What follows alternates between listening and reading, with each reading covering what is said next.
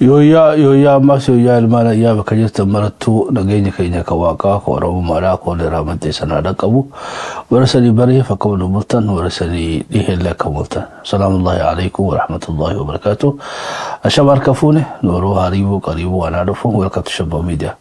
Sagantaa addaa irratti obbo Xahaa fi akkanumallee jaalbilloo qabannee dhiyaannee sanii jirra. Jaaltaa fi jaalbilloon dhimma filannoodhaatii fi dhimmoota birallee hedduudha waan seenaa ta'e jirra ta oromummaa oromiyaa fi oromiyummaa irraa bal'inaan mari'anna yeroo nu geesse taaftallee kaa rabbiin jee itti dachaanaa jechuudha. Meegaa walli dursa akka aadaa oromootti nagaa wal gaafachuudha. Jarana hangafni eenyu sallamaan keessa?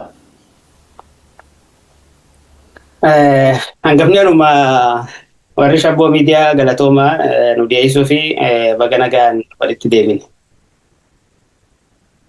Galatooma Shabboo fi gammeenis baga nu affeertanii baga nagaa walitti deebine.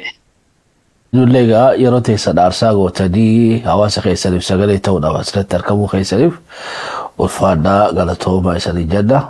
Gaada deebinee yooyaa anaa dhufu ashama harka fuune nooruu hariibuu qariibuu dhiyaadhaa isanii jenna. Mee jaaltaa adanii jalqaba.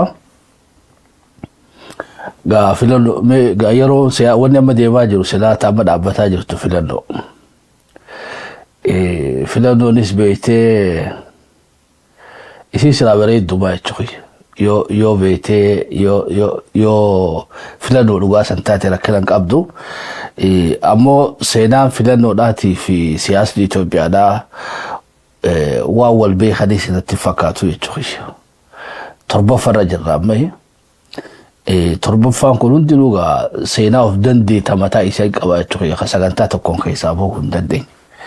Ammoo torban keessaa ammoo sadiin kaasuufadha. Sadeen irratti qaama beektee mormituudhaatii fi mootummaadhallee sanillee akka naa gulaaltuu barbaada. Gaaffiin kiyya duraa bara akka lakkoofsa biyyaa naaf fakkaata. Filannoo 97 isaa yoo fudhanne dhaabota hedduudhaatu walitti dhufe jechuudha. Dhaabni hedduun kun walitti dhufanii dorgomanii horsillee moohanii hin feenus jedhanii jechuudha. Tunga addunyaa gubbaa hin jirtu beekadha. Wanni biyya teenyaadha guddaan siyaasa addunyaa gubbaa hin jirtu.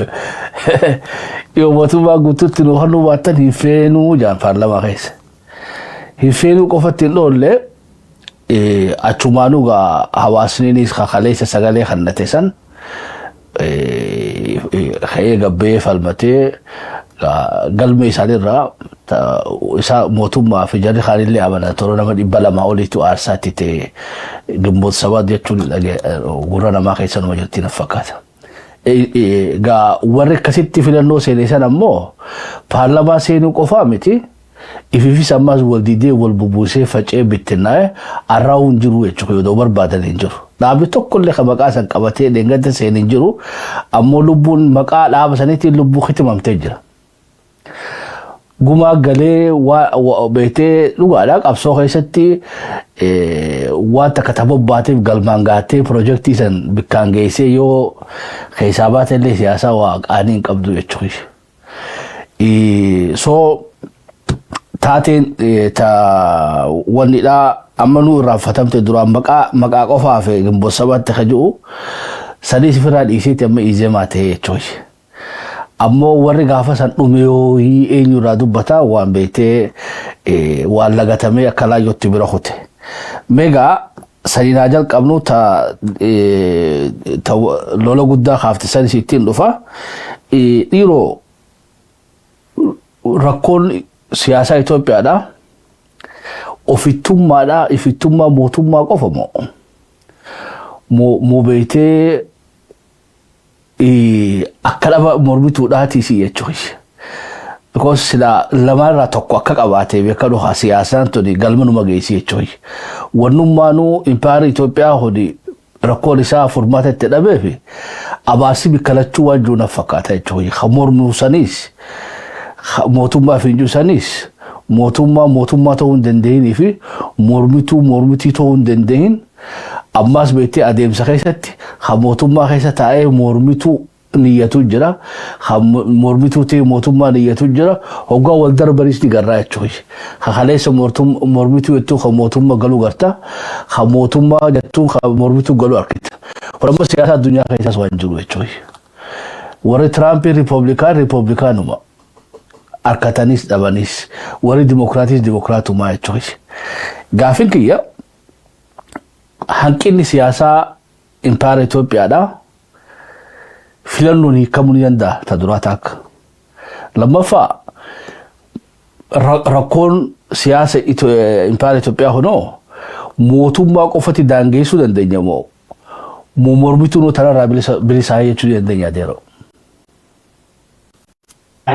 Baay'ee galatoomii gamme gaafii yerootiin gaafatte hedduu ulfaadhu sandura wanni dhaabbachuu barbaadu tahaan akkuma tahaatti haasoo malee jaarmee tokkotti paartii tokkolletti hirkachaa hin jiru isa matatti naa qabadda. Filannoo 97 haaftee har'aatii wajjin wal bira qabuu feetee kaaftee natti fakkaata. Wanti har'aa fi achi jidduu garaagarummaa guddaatu jira. Garaagarummaan guddaan jiru bara san keessa warri Ihaadegiitu mootummaa qaba. Warri mormitoota isaanii immoo barootaaf yeroo dheeraadhaaf lafa jala qophii gahaa godhaa turan. Warra hanga mana barnoota barsiiftota keessattuu warri Itoophiyaanistoonni akka gaariitti wal ijaaraniitti qophii bal'aadhaatu lafa jala deemaa ture baroota 2-3 filannoo dura jechuudha.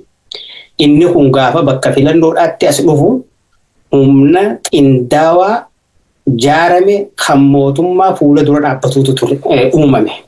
Hangi isaan labsan gabaabaadha qinijjiti jedhanii san dura immoo mariilee gurguddaadhaatu godhamaa ture yeroo sanii akka hireedhaa maleedhaatiin ture guyyaa guyyatti oduu isaanii hordofaatiin ture qophii hamaadhaatu godhamaadhaa ture.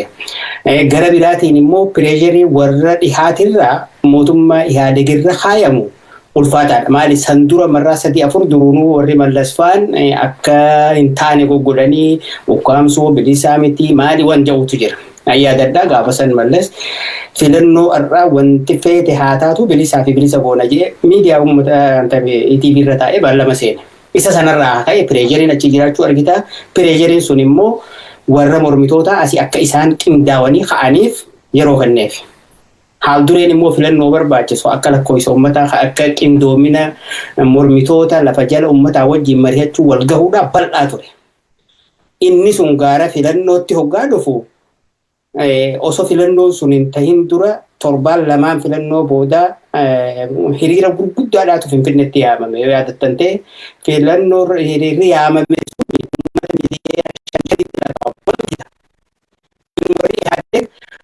dabalootaa fi kaadiroonni kutaalee hirmaatanii dhiibbaa godhanii alarraa namitti dhufaadhaa ture. Maal jechuun barbaade qindoominni wal mo'uudhaaf godhame oowwaa ture. Isa kanaan warri mormitoota mana marii Finfinneedhaa hanga mo'atanitti isaan amanan turanii seenaa fi seenuu walitti dhufesanii Gimboota 7 wanni ta'e tarkaanfiidhaatu fudhatamee hiriiraatu bahamee san booda jarri sun hidhaa fi maaliif deemu. Ka'arraa achirra dhaabbannee yoo laalle amma cinaa saniitu waan ga'u dorgommii waan ja'uun arkitu. Dorgommii hin jiru wanni ni dorgommii oowwaa waan ta'arraa tanatti dhufa amma wanni an fade adeemsaan itti dhufu jira. So wanuma sanii naa deebi'i mormituuf mootummaa dhukkuba beetee siyaasaa Itoophiyaadha filannoo hiikuu danda'a sanii naa oofi lammaffaa amma wayyaanee sanii kan lola kaasee jira saniif hin kaasa ka'arraa kanatti saniif hin dhufa dhiifama wajjin. Amma gaa inni sun akkasitti gara 3 dhiibbaa qabaachaa ture. Humni alaa warra EPRDF irra dhiibbaa hamaa kaayanii turanii warri mormitoota ammoo carraa isaan warri dhiibbaa godhan sanirra kaanii if jaaruu yeroo dheeraatu ture. Kuni bakka san dhiibbaa hamaa godhee filannoo sanarra akka gahamu godhame. Egaa filannootti as dhufan booda mo'achuun bakka lakkoofsi baay'een seenuun oowwinsi siyaasaadhaa yeroo san biyya keessa ture finiinaadha akkasitti deemaadhaa ture. Asitti rasiidhaa bagaayee waan hafe itti aanna. Ayyee beejaan billoo yaadannoo keetitti 97 sanii akkami gulaaltaa jechuudha. Dhukkubni Itoophiyaadhaa dhugatti filannoodhaan hiikamuu ni danda'a. Beetee oduma beekaati gaahubaa wajjin wal fakkaatti jechuudha. Wanni tanaanti sabni sanii akkamitti ilaalta? Tole galatoomii yaada jaalladhaan kaase akkuma jirutti hin fudhaa. Dhugaadha. Seenuma impaayiraa keessattuu seenaan impaayiraa filmaataan hin jijjiiramu. Seenuma addunyaa keessattuu impaayirri kufeetuma caccabee bifa haaraan wanna ta'a malee tasuma impaayirri maaliif duraanis humnaan ijaaramee humnaan cabsamee bulaa jira. Seenuma impaayiraa keessattuu impaayirri yeroon inni sagaleedhaan vootiidhaan jijjiiramee sirna dimokiraasii uummate tokkollee hin qabu. Seenaa addunyaa keessatti agaananii fi waa harkee fi waa lallaaletti. Kasagaltamii torbaa kana akkuma isinuu jettanii yeroo san paartiin guddaan warra kaabaa hedduu yeroo dheeraaf itti qophaa'aa ture warra qinijjit kana akka gaariitti itti qophaa'anii filmaata dhugaadha. Wayyaaneenis gabaasaa kaadiroonni galchan uummanni nu jaalataa haala gaarii irra jirraa filmaata kana walaba goonullee hin laallaa uummata sodaadhaa agartee yaadig maqaa dha'uu waan dhugaa itti fakkaatan if soba beektaa gabaasaa Mangistuu Hayilamaariyaam Moonni diige beektaa. Uummata dhiiga boo'u gartee wanna godhu kana isabaan Mangistuutti yoo dhugaa himee uummanni si balaaleffatu jiraa jeetti hime ati maal godhu jirtaa jaanii jeessa.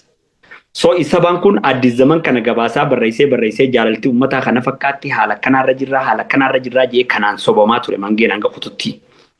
Wayyaaneenis yeroo sana gabaasaa akkasii kan opiidiyoonni isaan naannolee kililii hunda keessatti ijaaratan itti galchaa tureen sobamuu fi dhiibbaa ala jiru wajjin filmaata san hanga tokko qaawa banaa goote. Qaawa banaa kanatti warri jiru hundinuu fayyadamanii filmaata sanarratti uummatallee baasanii uummanni rakkina jirurraa filmaata san filate. Moohan jechuudha. Walumaa galatti moohan jechuu dandeessaa. Yeroo moohan wayyaaneen shookdi taate. Shookdi taanaan jarri kaan asii lola kaasanii wayyaaneen lola lama kaafte. Tokko isaan kana crack down godhuu fi penetrate gootee keessa seenuudha. Aktoroonni gurguddaa yeroo sanii yaadattan Biraanuu Naggaatii fi Haayiluu Shaawulii fi Lidatuu Ayyaaloofaadha. Aktoroonni gurguddaan jechuudha. Osoon dhaabin mallas Lidatuu Ayyaaloof bitee anuma gartee akka itti aanaa Biraanuu Naggaatti deemu asuma dhufee mallas biraa dubbachuu eegale jechuudha. Shaak ta'e jarrummaan kaanuu si galee. Warra kaan ammoo Itoophiyaa qabannee Amaarri yeroo sanitti dafee fincila kaase. Haayiluun Amaara walitti qabee kunoo Guraageen nu bulchuuf deemtii dafnee maal godhu qabnaadha. Jijjiirama san keessattuu jechuudha gartee. Dafanii paartiin faca'e jechuudha ifumaafuu wal facaase. Akkuma atu jettee mootummaa qofallee osoo hin taane jarri yeroo san ititee deemuu hin dandeenye. Warri Amaaraa akka duraan gartee Biraanuu fa'aa dura taa'aa godhatee deemaa ture yeroo mootummaa qabannee dafnee osoo gartee bakka kana geenye harka Amaaraa galchuun hiccitiin kun ammas deebi'ee ala bahuun jarri kun dafee akka kunis baqatee kunis hidhamee kunis wanna ta'u kana godhee boodarra wanni sun osoo saksiidii hin ta'in fincila uummataa ka'ee wayyaaneen kaan hidhatti guurtee kaan baqachiiftee kaan wannatti deebiftee galchite jechuudha. Kanaaf seenaa filmaata Itoophiyaa 6-7 agarre kana keessatti filmaanni godhamu kun kanuma maallaqa UNDP irraa ittiin harkatanii fi pretending gartee ittiin fakkeeffachuudhaa fi biyyi kun dimokiraasii laayisensii isaanii kan uummata ittiin saaman, kan ittiin cabsan, kan ittiin ajjeesan ittiin haaromfachuuf godhama malee filmaata dhugaa akka biyya saniif yaadamu ka gartee waa tokko jijjiiraa lafarratti hawaasummaa irratti barnoota irratti fayyaa irratti karaa irratti ittiin dhaadheessuudhaaf godhamaa ture miti. Ta'uus hin danda'u biyyi akkanaa kun waan akkasii godhuu hin danda'u.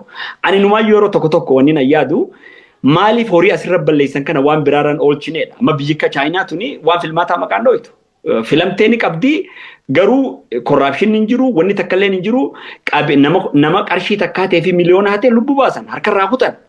Garuu investimentii isaanii halkanii guyyaa biyya isaaniitiif hojjetan, barnoota irratti hojjetan, fayyaa irratti hojjetan, teknoolojii irratti hojjetan osoo waan filmaataa maqaan dhooyineeyyuu Chaayinaan irra bakka isiin jirtu laala. Isayyaas ammoo osoo waan filmaataa maqaan dhooyine bakka inni jiru laali gadoo negatiivii jechuudha.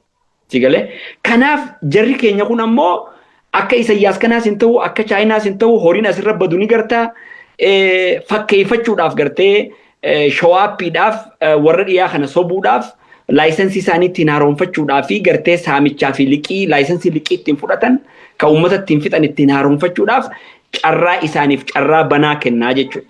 Finfinnee kanatti warra dhiyaanii yaamanii Awurooppaa fi Ameerikaanii yaamanii daawwadhaaf filmaanta keenya buufata tokkoof lamarra ni kaa'anii itti agarsiisanii filmaanni keenya dimokiraasiidhaan xumuramee warri kun akka fedhanitti fedhan biraayibaa godhanii fedhan waan fedhanaa godhanii ragaa banii fi haala akkasiitiin biyyi kun dimokiraasii akkasii geggeessaa jira. Kanaaf hundeen biyya kanaa filmaataan ni kataakati jettuuf impaayirri gartee filmaataan furmaata akka harkatee jijjiirama fide hin jiru. Filmaan impaayirichi diigameetuma bifa haaraan ijaaramee fedhii ummataatiin gara silaa walitti malu sanitti yookaan walitti deebi'u yookaan waliin jiraachuu maalirratti waliin jiraannaa dantaa sabaaf sablammoota biyya sanirratti hundaa'ee deemuudhaaf kan ummata keessaa bu'uura hundee rakkoo wajji jiraachuu waan walirratti waan ofirratti abbaa ta'uu gamtaa waliin jiraachuu irratti waliin bula. Amma fakkeenyaaf isteeta Ameerikaa kana yoo ilaallu isteenni 50 boordara international boordariitu isteeta hunda jira. Isteenni isaa qabeenya isa keessa jiru hanga bishaaniitti bishaan isteeta biraa deemu ni gurgurata. Isa keessaa bahee ala bahu bishaan sanaaf isteennitti aanu maallaqa kafalaaf. Qabeenya as keessa jiru akka jirutti isteeta kanaatu qabaata. Misooma as keessa jiru waan silaa isaan qaban hunda asitti they are in charge fedhan wajji jiraachuu fedhan bahuudhaaf boordarii tokkollee hin jiru. Garuu dantaan Ameerikaa waliin jiraachuudhaa dantaa adda bahuu sanirra qaaliidha, irra jabaadha, irra ulfaataadha. Fedhii isaaniitiin akkasii waliin jaaratanii biyyi tun addunyaa irratti super paaworii taatee jirti jechuudha. Waliin dhufanii akkasii jechuudha. Bilisa ta'anii jaaratan international boordariitu jidduu jira. International boordarii akka Ingilizii fi Faransaay jidduu jiru isteeta Ameerikaa 50 hedduutti. Garuu biyya takka vootii tokko, pirezidaantii tokko qaban, seneetaroota wal fakkaatu qaban, koongireesii wal fakkaatu qaban. Kanaaf akkasittillee jaaramanii warri waliin guddatu akkasii waliin guddatu. Kun amma dantaa walii eeganii maal walitti qabna, maal adda addaan qabna, walii kabajanii waliin deemanii jechuudha. Keenyaa sun ammoo agartee cubbuma gartee yeroo hunda shaawara seenteetuma dhiqattee anammallee huccuu jijjiirattee gabbaatu agarta malee dhugaan lafarraa baay'ee xiqqaadha. Kanaaf impaayirichi filmaataan ni jijjiirama kajuuf ani ka jijjiiramee sin agarree kunis ni jijjiirama jee hin yaadu. Filmaanni yeroo dabree sunis bifa gabaabaadhaan ka 97 suni haala sanaan ukkaamamee akkuma atu jettee jarri mootummaa jaarraa nu kennaadha. Mootummaan jaartanii wajji jaarraadha. Asuma jidduutti jarri irra dalagee paartii silaa ummataaf dhaabbanna jettu sana kaayoo concrete ta'e duraanis akka caayaatti walitti dhufe jarri qinijjitiin suni waan concrete garaagarummaa xixiqqoon sabaaf sablammoota jidduu jiru ni moona jaanis waan hin yaadiniif rakkoo san dhaabaa caayoo moone maal taanaa akkamitti biyya kana jaarraa kajuu isaanis lafaa qabaachuu dhabuun carraa sanirratti hundooyitee ammoo wayyaaneen Mallas Zeenaawii ismaartiidha isaan kana paaneetireet godhee paartuma sanuu facaasee kaan baqattummaadhaan kan mana hidhaatti facaasee dhabamsiisee jechuudha. Ulfaadhu galatoomee gara xaatti ogaan deebu gaafii filannoo mallee takkan hin qabaa ammoo san dura filannuma jechuun waan nuyi kaan isiitu hubatamee jira. Amma fakkiidhaaf biyya Faranjii keessatti wanni filannoon gaggeeffamtuu fi wanni biraa hundinuu mootummaa fi mormiturra ala waan taateef poolisiin hojjettoonni mootummaadhaa instituushinoonni hundinuu walaba fi bilisa ummata tajaajilan. Sogaa dirree beeytee walqixaa ta mormituunis mootummaanis beeytee jara kanarra dhiibbaan uumnee lafa jiraa fi qaamni lamaan kun wal dorgomee baalli wal jijjiirata. Hoggaa gara biyya keenya dhufne hiikkaan mootummaadhaa amma fakkiidhaaf hiikkaan mootummaadhaa Ameerikaatti hoggaa fadhi fi addunyaarrattu Tiraampiin amma paartii fi mootummaan wallabti. Paartii keessaa haga beeytee amaanaa bultumaa fudhatee amma seeneetara keessa jiru, amma koongiresa keessa jiru, amma ministeeraal kaabinee keessa jiru qaama sadeen kana. Kan mootummaan baallii qabdu harkaa qabu. Hanqi kaan walabaa jechuudha. Miseensi paartiin namni waan tana keessa hin jirre miseensa paartiidhaati malee mootummaa fi jechuu hin danda'u. Namni riippablikaanitiif galmeesse hundinuu mootummaa miti. Deeggaraa kan miseensan ta'in ammas kan paartii kan Tiraamp deeggaruu jira. Akka mootummaan ta'iniif beekaa akka shaabii ta'e akka uummata ta'e biyya teenyaa fudhannu. Makalakaan Hamati Danis Republikagati Furadu Polisi idilee fudhadhu humna addaa kora bittinneessa ilaa gaachana sirnaatiif hamma uummata tokko jaamini shallee itti deebisi. Barsiisaa, dooktara, narsii wanni mootummaa dalagaa turu barga akka heera addunyaatti dhookaadha. Ummataaf dalagaa jedha malee mootummaaf dalagaa hin jedhan. Duuba mataaf manceen kun hundinuu mootummaatiif beekadhu. As deebi miseensi OPDOdhaatu miliyoon 5. Amma gaawgaa PPdhaaf nama miliyoon 11. Namni kun miliyoon 11 nu mootummaatiif beeka. Kana qofaa miti. Hafaarsu jira ammas. Hafaarsu kunis waggaatti daate innis mootummaatiif beeka jechuudha. Guyyaa tokko TikTok irratti bahee amma YouTube amma Facebookidhaan amma Abiyyi amma paartii tana beetee badhaadhina faarsee innis mootummaa. Duuba gaa nama miliyoon 11. Farsi bula waggaatti daate haaniti daate yoo xiqqaate habar toora miliyoon 20-30 dhaqan. Hoggaa kun hundi mootummaaf hin jee. Bircaa boordii hoggaa mootummaaf hin jee. Poolisiin hoggaaf hin jee. Duuba ati dirreetami irratti duuba dorgommii gaggeessuu dandeessaa jechuudha. Silaawwanni Itoophiyaan dura godhuu qabdu. Waan beetee paarlamaa mana marii keessa jiruu fi ministeeriyal kaabinee waan ta'e malee waan mootummaan ta'in ta'u ummataa sana adda baasanii dirree siyaasaa tana beetee tamadaalawaa taate. Qaamni biraa qaama filatamee seenisan malee wanni biraatti hin makamin uummachuun hin dursu. Gara mormituutti soggaa deebine gaafi gaallama walitti takashee addaan naa guurta. Mormituu soggaa fudhanne yoo Jaal Daawud Ibsaatii fi egzekatiifoota isaatii fi biseese isaatii fi qalbii isa jaalatu kun hundinuu walitti abaa'uuf hin jirtu bara addunyaa gubbaa wanni akkasii. Abaa'uu jechuun seeratti miseensaa fi warra miseensi filate san malee haan deeggara haan uummataa bara. Yoo mootummaas mataa fi manceen mootummaatti mormituunis qabeetee miila lamaan deemuun hundi abaa'uu jenneen duuba haatee yeroo uummanni jiru bara uummata kamtu filannoo godhaa jechuudha. Yoo wanni hundinuu mootummaa taate wanni hundinuu mormituu taate filannoo haa Yugaandaa faayinuu gaggeessite irra wayyuu jechuudha. Haa bikki bilisaa Yugaandaa fi Keeniyaadha achitti ergannee filannoo teenya ekspoortii goonee Keeniyaan faa shaakalli bareedduu qabdi. Aboomee beetee abaa moo kaafaa moo PP irra wayyaamee isan nu sagalee kannaati isantu wala baanu murteessaa jennee irra wayyuu jechuudha.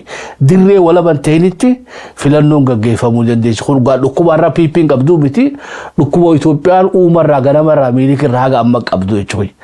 Konseptii mootummaa jokuun fiifuu dogoggoraa bara maaliif oggaa jenne. Sirna beetee kingdamiin bulaan jiru maaliif mootummaaf hin jenna. Mootummaa jechuun bari sirna nama mootiidhaan buluudha. Bultuma jechuu dandeessaani jechinuu jecha jallaadha jechuudha. So jaalabdi bikka wanni tun addan guuraminitti filannoo taluu karaa Keeniyaa eeggannee irra wayyuu jechuudha. Gara Keeniyaadhaa sanitti deebina aamota jette kana adda guuruun barbaachisaadha. Maaliif fakkeenyaaf namticha urjii asirraa qabuutu hoggaa waan filannoorraa miidiyaarra dhaabbatee dubbatu argita. Dhoorkaadha. Humni nageenyaa, humni ittisa biyyaa, humni sakuriitiidha paartiin qabu.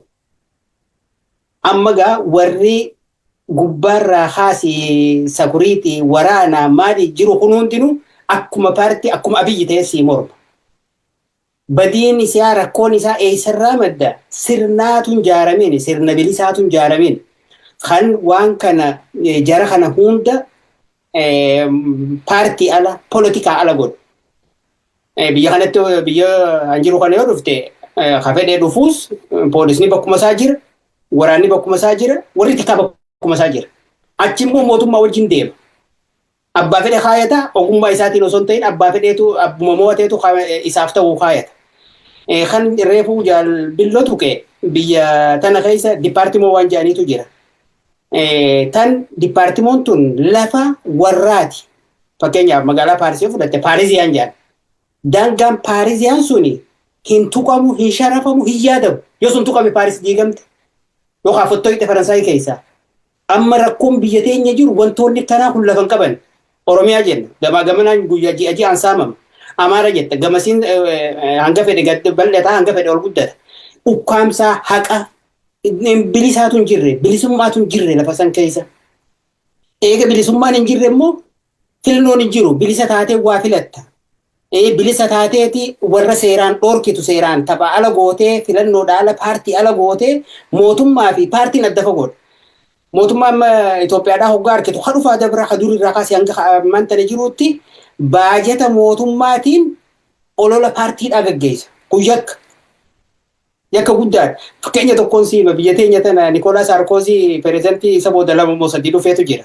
Gaafa 2007 dorgommii godhu maallaqa hin beekamne pireezidantii Liibiyaa ka ture Muhammad Gaddaafii irraa fudhatee saniin olola gaggeessee ja'aniiti poolisiin qormaata bara meeqa jala godhe mana murtii dhiyeessanii yakkama godhanii pireezidantii biyyaa mana hidhaa buusan.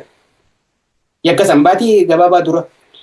Maaliifin kana siitu ka horii haqa boordiin filannoodhaa paartiidhaaf ramadeen ala gargaaramuu yakka akkasiitti nama geessa.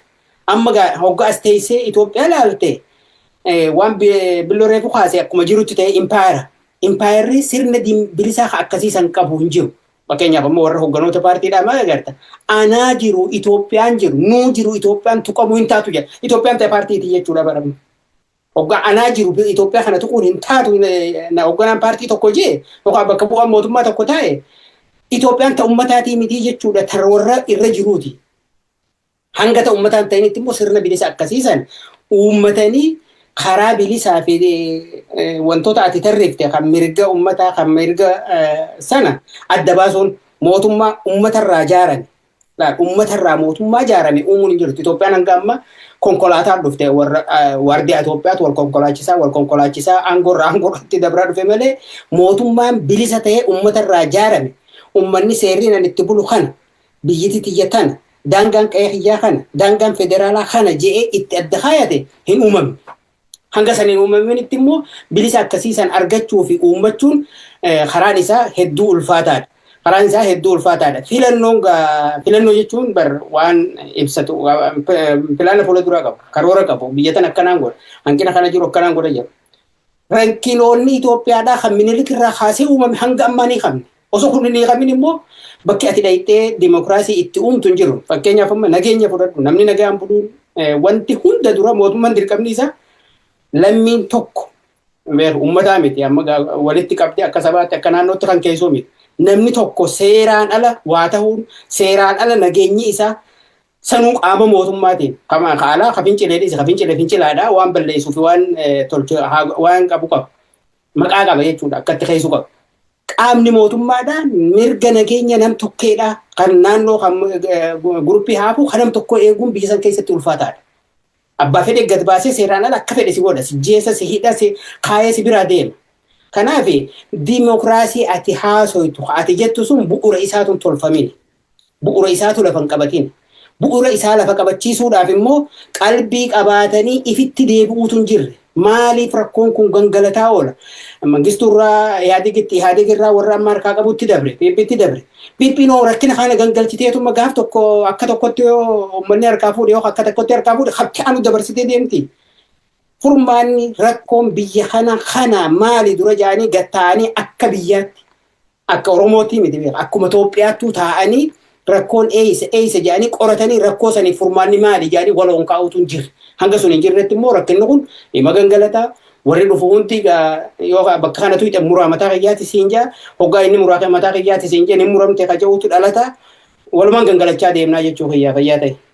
Ayo ulfaadhu galatoomii ati jaalbiloon yeroo hagamta kaasaniyaaf.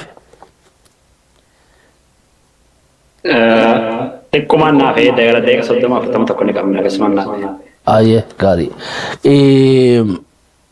Aye gaafiitti aantutti dabra maaliif tajaajiltaadhaa booda yoo qabaate irratti naa dabalta gara 2021 ittiin si fida.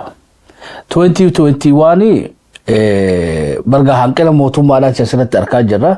Hanqina mormituudhaatis beekadhu as keessatti ilaaluu barbaachisa because wanni Keeniyaan filannoo teenya nu haa gaggeessu juufi lachuun qabnu jechuu kiyyaan mootummaas mormituudhaas ummataas sadeenuu qabnu because ummata mormituuf mootummaa hiratee jechuu kiyya. institutional beete kana nu waggeessus ni jira monjiru annatti mul'anne jechuudha. Hayyee hoggaas deebine amma 2021 yaa fudhannu. 2021 gaarakkoon 97 irraa barachuu dadhabuudhaa tuni nama 200 nyaatte gaafa san. Khasaaraa saniif gaa hedduu boo'icha jabaa ture hidhame gaa lakkoofsan qabu kuma 20 achi olii hidhame jechuudha. Ammas hoggaa 2021 dhufne nama miliyoona olitti dhume jechuudha. Biliyoona 32 itti caccabe. Irraa barachuu dadhabuudha beekoo 97 irraa. Maybe ta 2026 tuni impaaritti waa qabri galchuun isiin maalaa jechuudha.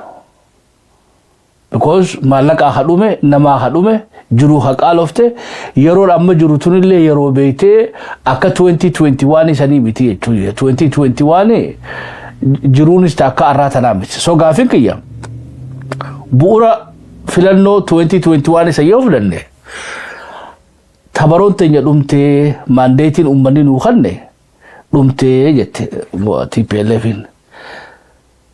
Abiyyiin mootummaan PPdha ammoo jara habiiti diifafa harkaa qaba. Beete COVID-19 jiraati. Dhukkuba kana keessatti filannoon gaggeessuu je. So mootummaa filannoodhaaf hin qophaa'in mormituu filannoodhaaf qophoofte kana jechuudha wanni irra wal qaban. Nin godhaan godhuudha. Godhee namichi. Akkami gootaan galola kaafte. Qabeenya haga saniif lubbuu namaa haga sanii irraa dhume jechuudha. Amma salma akkasuma fuudhiiti qaamuma kaleessa muraa mataa kiyyaatti filannoo godhu malee kajuutu amma immoo filannoo keessaa bahee hin godhuu jechuun jira TPLFidha jechuudha. Hay maaliif kaleessa godhuu si barbaachisa guyyaani lakkii ana amma shanan kiyya fixadhee guyyaa takkaawti dabaluu hin danda'u uummanni yoo beekte na filate malee. Amma immoo wanni jechuun jiru beekte mootummaan ta Pretoriaadhaan waliigaltee addunyaatiin ijaaramte tun tanaa miti ilmaatu bikka haleettu deebineedha. Yoo gaa bikka haleetti ka deebi'an taate ama shan fixateeti 8 irra buusaa godhatee amata 13 deemaa jechuudha. Gaafa san bargaa xiqquma eegii jaanii dadhabanii jechuudha. So gaa as keessattuu haa sinsiinitiin ni jirti jechuudha. Dhugumattuu dubbii filannoo turte hidha. Ta 2021 ti ta 2026 dhaasis. Mega kan akkamiin laata jechuudha. Khasaaraan beeytee filannoo tu kubbaa siyaasaa fakkaachaa jirtu jechuudha. Mormituunis gara aangootti cahuudhaaf mootummaas aangoo tiifachuudhaaf tapha siyaasaadhaati malee fadhii filannoodhaa gama lachuutuu ni jirti jettee ni yaaddaa jira. Tuqaa gaarii kaaftee yalaal amma wanni filmaataa biyya san keessatti yeroo beektaa wanni tokko ha'uunamuu sababa barbaada. Garamitti advaanteejii naa qabaadhaaf kaasa malee dhugaan filmaata san barbaadeetii miti. Wayyaaneen yeroo san keessatti dhugaan filmaanni godhamuu qabaa jette. Advaanteejii yeroo san wayyaaneen qabdu wayyaaneen Ihaadig jaartee turte. Ihaadig waggaa 27 dalage instituutiona sirni Ihaadig sun. So biyyattii guututti instituutiona san qabdi jechuu wayyaaneen yeroo san keessatti fi Maqalee haa jiraattu malee. Inistiraakchara isiin uummatte santu akka Tigraayiif tolutti lafa kaayamee ture. Abiyyi immoo instituutiona Ihaadig juu agartee Ihaadig yoo wajji walitti hidhamu san diiguu barbaada. Dhiiphiidhaan bakka buusuu barbaada jechuudha. Wayyaaneen sana saammachuu barbaadde. Carraa dhumaa sanarratti Ihaadig kun ammallee bakka ni jira namni ammallee fedhii teenya qabaatu jiraachuu mala. Osoo gartee inni sirna kana jijjiiree dhiiphii biltsiginnaa bakka buufne waan kana haadha qabannu yaadaju qaadhimamtoota gartee kibba keessa jiru, Affaar keessa jiru, Sumaalee keessa jiru. Wanti Oromoo tun dhufuunis xiqqishoo wanna godhuu carraa kana fayyadamtee waan sana dhiibbaa goggodhaa turte isiin. Abiyyi immoo hanga sirna sana firraa lafa karaarraa kaasee Ihaadig cabsee aggaarochii hunda ifitti galchee isin aggaarochii miti warra biyyaatii biyya qabdan jee sirna san dhabamsiisutti waan san godhuun barbaade. Dubbiin koovidii sii miti wannaa sii miti jechuudha. Lolaaf qophaa'aa turan isaan lachuu. Kanaaf lolli gara Eertiraatiin qophaa'aa jira, gara Amaaraatiin itti qophaa'aa jira. Kanaaf wayyaaneen isa san deema san taphachaa turte. Abiyyi immoo hanga sagantaa lolasaa qophaa'ee Eertiraan itti qophoofte, wayyaaneen itti qophoofte, waraana leenjifatee deemu filmaanni ammaaf hin ta'u jechaa ture. So kanaaf tuqaan filmaataa gaafa sana wayyaaneefis importantii miti tuqaa hoomsaati malee. Abiyyiifis intawun sagantaa itti ciin dheeressuuf deemu malee waan itti ummata waliin gartee sagan ajandaan filmaataa duuba jira. Rakkinni biyya sanii beektaa yoo garaan si dhukkube mata himatta. Yoo duwidii si dhukkube miila himatta. Kanaaf gartee dawaan biyya saniitis waliin argamneef kana. Namni garaa yaasummaa mataan dhukkuba jee dawaa mataa yoo fudhate hin fayyuu jechuudha. Kanaaf wayyaananis hambaa sirna yaadiksan dhaqqabachuu barbaadde abiyyi sirna san diigee sirna phiiphiidhaa bakka buusee aggaarochi san hunda ifit dachaasee caccabsee sirna wayyaanee wajji walitti hidhatu sana dismiss godha jechuudha gartee. La akkuma reefu atuu jette biyya san keessatti institution ijaaramu institution paartiiti malee national interest biyyaatii miti. Paartii waraanni paartii irra ijaarama, tekni paartii irra ijaarama, diinagdeen paartii irra ijaarama, fayyaan paartii irra ijaarama. Kana bira kuteeyyuu institution mootummaa sadeen judicially fi executive fi legislatureenu kan paartiiti paartumaa wajji dhabama caccabee dhabama jechuudha. Haaratti ijaarama.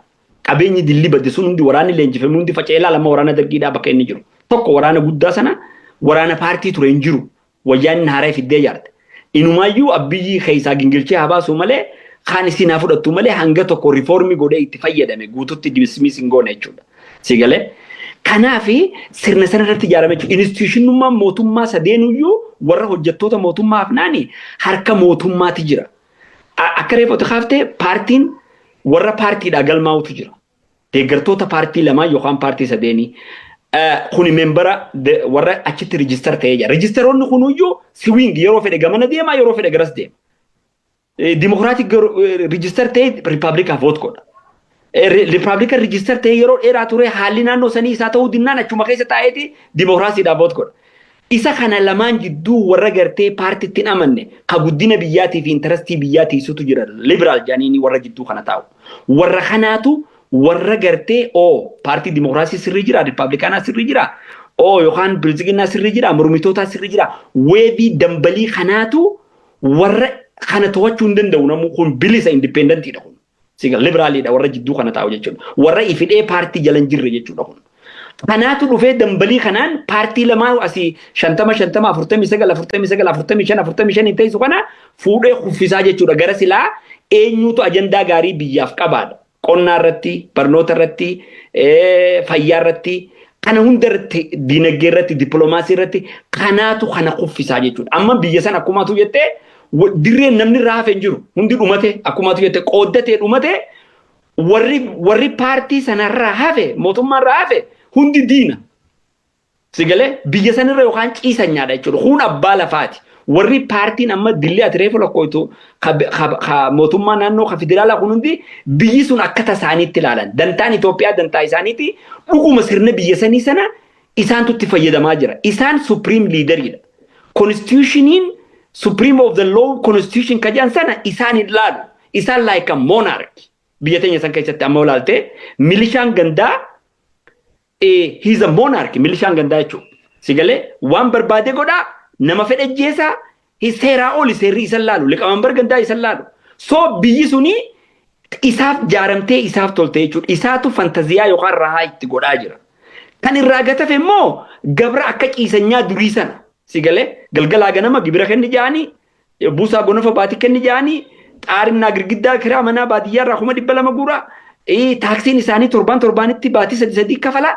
Kanaaf warri kun akka barbaadetti uummata goolaa jira jechuudha. Biyyattiin tuni ta warra aangoo harkaa qabu, ta warra executive yookaan bulchiinsa irratti, constitution irratti, warra legislature irratti, warra kanaatu qaba biyya san. Warri raafe ciisanyuma durii mannu sanaa jidduma tana gangalataa jechuudha. Nyaatee buluu hin danda'u, naggadachuu hin danda'u, magaalaa hedduu deemuu hin danda'u. Qotatu wanni inni qotatu gibira irraa naftu. Sigalee lukkuu gurguree gibira gaafatan. Sangaa gurguree gibira walakkatti as kenni jaaniin korraapshinaa fi ibiddi sanaa ol jira jechuudha. Kanaaf akkaataan keessaafuu sirni kun itti ijaarame sirna sanaa jechuudha. Kanaaf akkuma atu jettee kuni gaarra warri wayyaaneen arraa advaanteejisiitii miti. Filmaata kana seenuun maaliif dheengadda mootummaa peeritoriyaa sanaas diigdee Gabratsiyoon bakka deeffattee isin sagantaan isin lola biraatiif qophaa'aa jirti. Abiyyiis lola biraatiif qophaa'aa jira. Wanni ma asirra jiru Abiyyi filmaanni ammaa kun mootummaa Itoophiyaati abiyyiif laayisansii guddaa barbaada. Laayisansii guddaa inni barbaadu maali? Tokko lola kaabaa kana banuu deema. Asab barbaaduu deema. Kanaaf gartee waan kanatti haaroonfatee lola sana duula banuudha. Kanaaf Oromoo irrallee xiqqishoo akka waan gartee filmaata kanaas dimokiraatii fakkeessee carraa kanatti gartee xiqqishoo gara kana wanna godhuu barbaada jechuudha. Kanaaf kuni fakkeeffachuudhaaf ka deemu malee filmaata godhuudhaaf yookaan waan godhuu qabu already qalamaan fixatee jira mootummaan kun xumuramee jira beeki filmaanni. Sigalee waan godhachuu qabu xumuratee jira laayisansii isaa gaafa haaroonfatee sana booda Oromoo fi warri biraatis gara kaabaan loluu deema. Gaafa lolli dhumate immoo as deebi'ee Oromoo fixuu deema jechuudha. Kaleessa laal sirni kun gaafa dura aangoo qabatu dura Oromoo qabsoo Oromoo cabse. Sabni biyya san keessaa rakkoo qabu saba sadii hawaa gaafatu gaafii gurguddaa Oromoo Amaara Tigree. Dura qabsaa'ota Oromoo adda bilisummaa Oromoo warroota biraa aktiivistoota qeyroo Oromoo facaasuu irratti bobba'e. Erga kana cabsee fixe booda Oppidoo irratti deebi'e. Oppidoo keessaa warra naashinaalistii fixe. Sana booda erga kana cabse booda inni lammaffaadhaa Ankaara ta'ee ka dura dhaabbatu Tigraay. Tigraay guuzetti kadhatee warra waggaa 27 jaana cabse. Sana booda Eertiraa Amaara itti fayyadamee milishaa Amaaraa cabse jechuudha. Sana booda Amaara cabse jechuudha. Amma jarri sadeen walitti deebi'an. Amma warra kibbaa qabatee sababa bishaan godhatee isaan kana cabsuuf deemaa jechuudha. Isaan kana cabsuun Oromoo fi qabuun ammaaf kijiba fakkeessuudha malee gaafa waan san cabsee ka dura baduu deemu malee Oromoodha jechuudha. Gaafa lolli kun xumuramee inni gaafa filmaata kana fixatee lola kanaas labsee waan silaa godhu sana lola san xumuratee takka baara kanaas harkatee dhabu yoo kan injifannaan ka deebu ta'e wilii waan gartee an Oromoodha an lammii Oromiyaati an lammii Sidaamaati an lammii Affaarii isa juu kana Itoophiyaa tagalaa gizaatitti fi aadaa tokkoota biyya takkaa ta afaan takkaa diraaftii lafa jala deemaa oofuu deemu kana kan raggaasifachuu deemu jechuudha. Kanaaf wanni as duuba filmaata kana duuba jiruyyuu haayidiin ajandaa guddaadha qaba sirni kun. Kanaaf kanatti mul'atu kana yoon gabaabse. Ayyi ulfaadhu jaalbilloo gara jaaltaatti hoggaan deebi'e. Dubbiin gaata'ummaa ammaa jaalbiloon boodara tuqeessan filannoo 2026 seenne jechuudha. Filannoo tana filannoo dabrerraa waa wayyaa fakkaattu suma fakkaatti jechuudha. Yoo masaraa seenuu dadhabellee alaabaan magaalaa deebite jechuudha. Wanni guddoo ani arke alaabaa taatee malee waa biraa guddoo alaabaan magaalaa deebite haga tokko.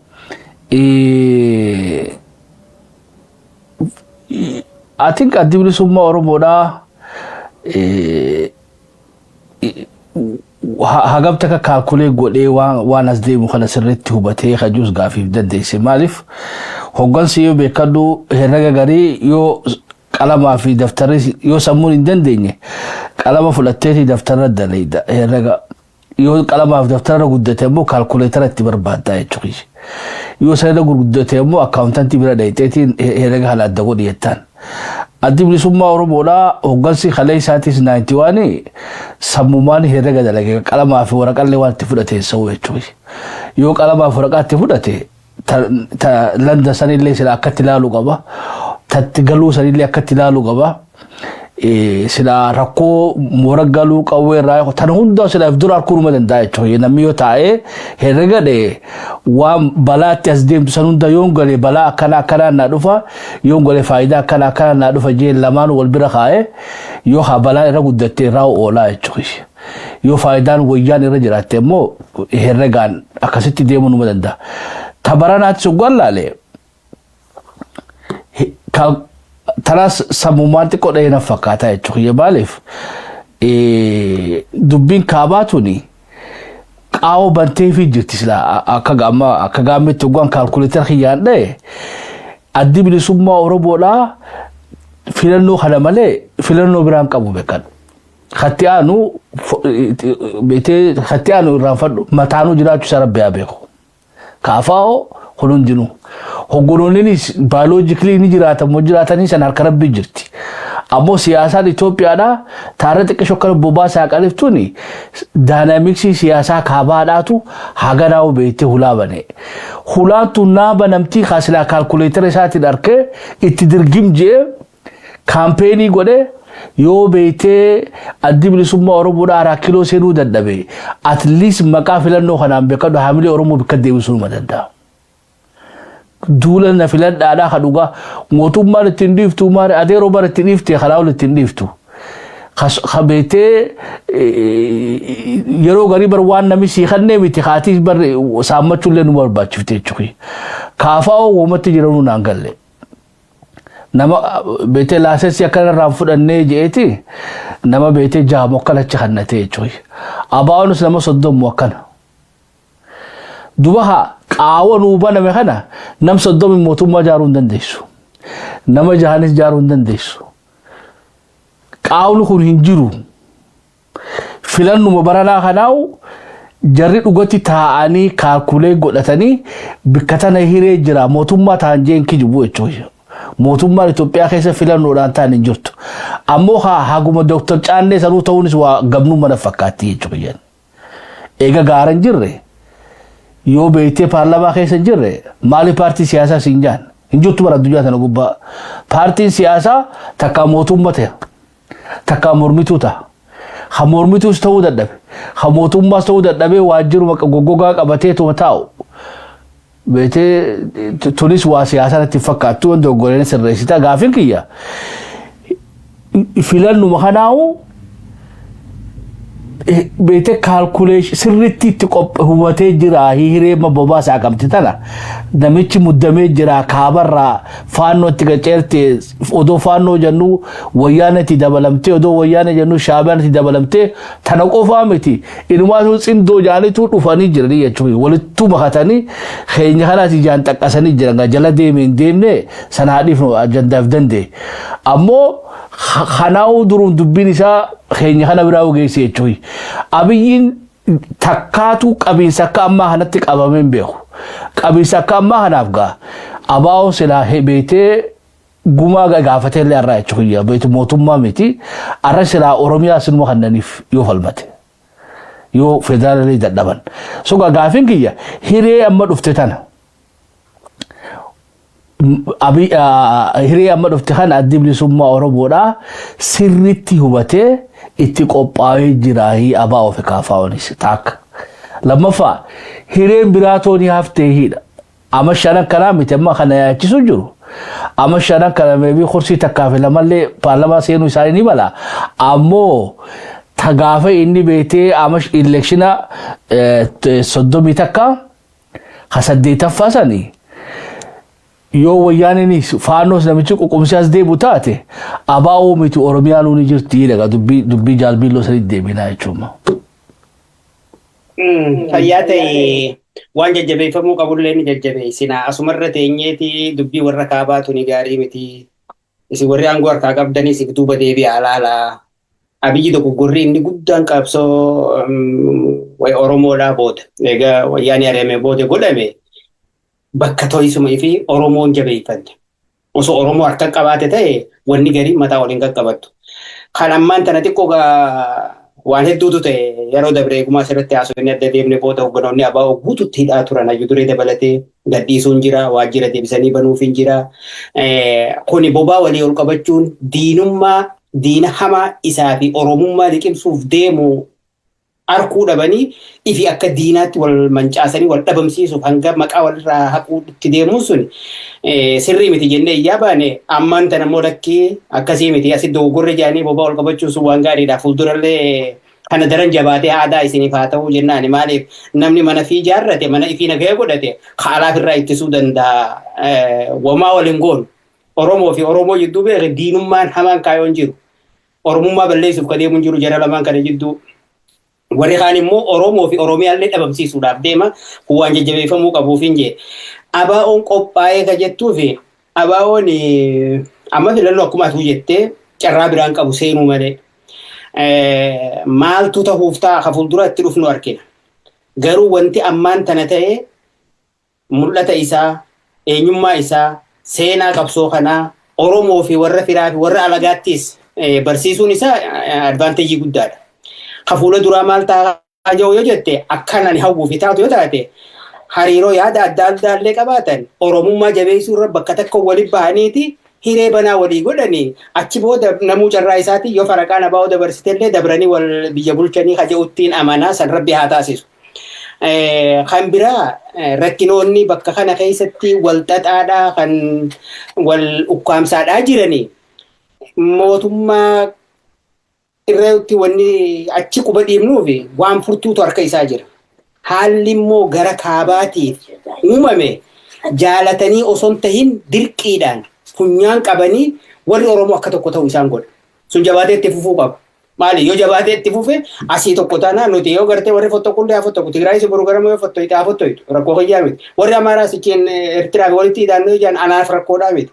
An Oromoo fi qe'een Oromoo nagaa ta'uudhaatu anaaf rakkoodha. Isaan hundinuu yoo akka Oromoodhaaf yaadan taate inni kun furmaata mootummaa ijaaruudhaaf gahaadhaa ka jette waan abaa'oon keessa ture ilaaluutu gaariidha. Ji'oota lakkaa'uu dandeenya yoo tokko guruba ji'a 8-9 waan caaluu qabu abaa'oon kan waajjira banatee namaa dubbisuu fi ififuu taa'ee mari'atu eega biyya seenee fi hanga bara dabre ji'a isaa yaadadhu ji'a 5 dura gumii sabaatu walgaheetu akka dhaabattu maal taana maal goona jedhee mari'atee hin beeku. Maali hoggannoonni irra caalaanidhaa turan seeraan ala gaafii malee maarree badii tokko malee. Hayyu duree dabalatee manatti hidhaa turan. Kanaaf qophii gahaa godhuu hin danda'u. Hanga ammaan tana godha kun waan gaariidha. Waan guddaadhaatu godhame, waan bareedaadhaatu godhame. Itti bahaa isaa immoo mootummaa ijaaraa ka jiru anis hin hawwu isaanis waan jiran natti hin fakkaatu.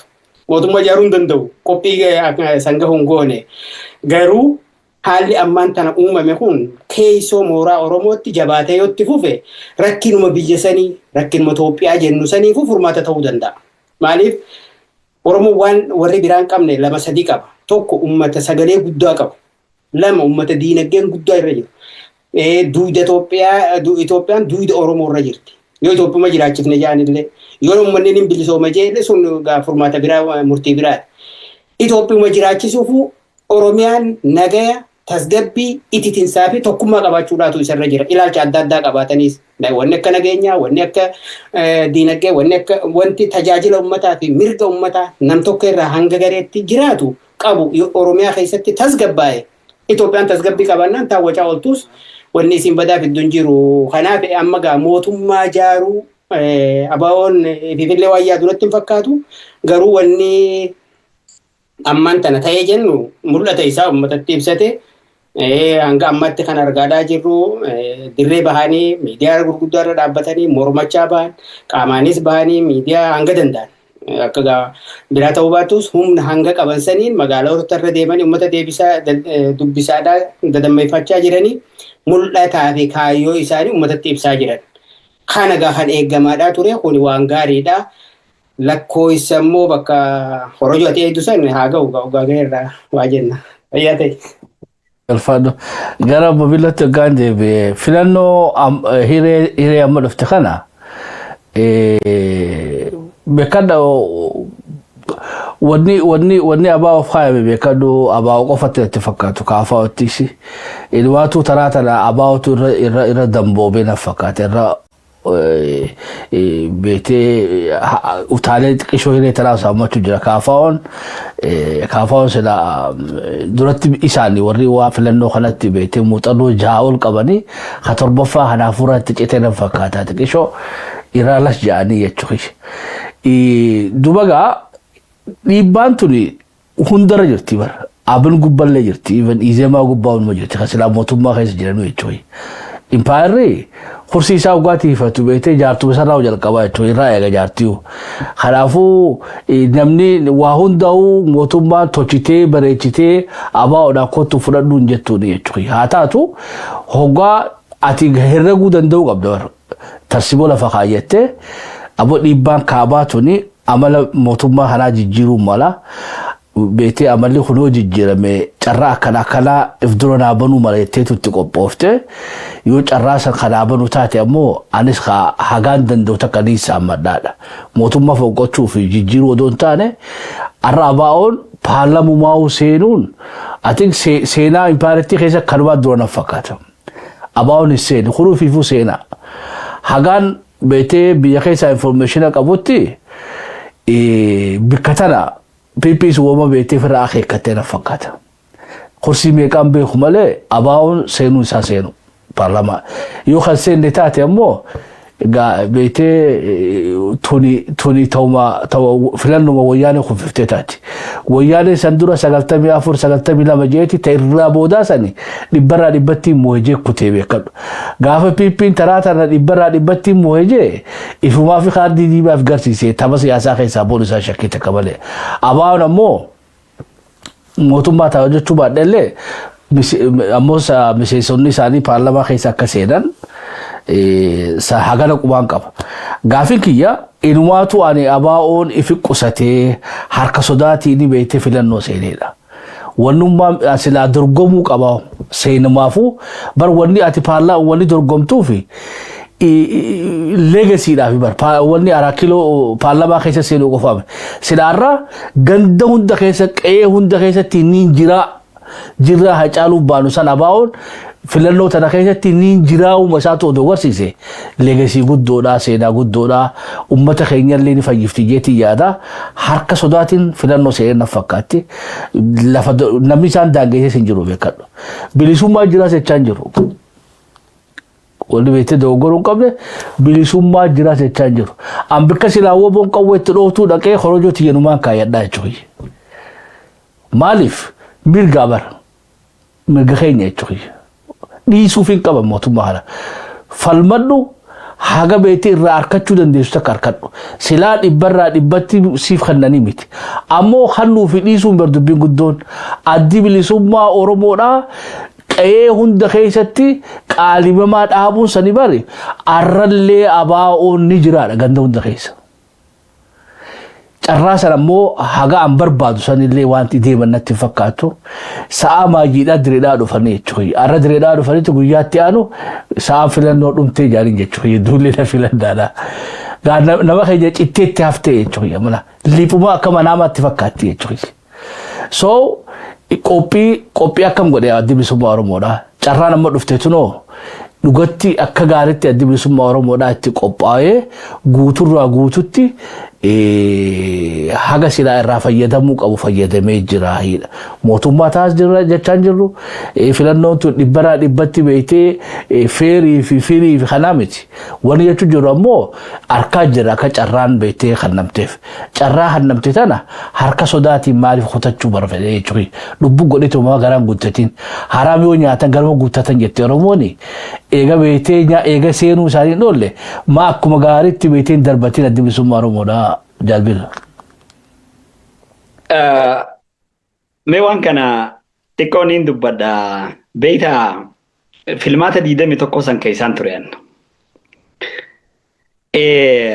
Filmaata sana addi bilisummaa Oromoo akka gaariitti qophaa'e.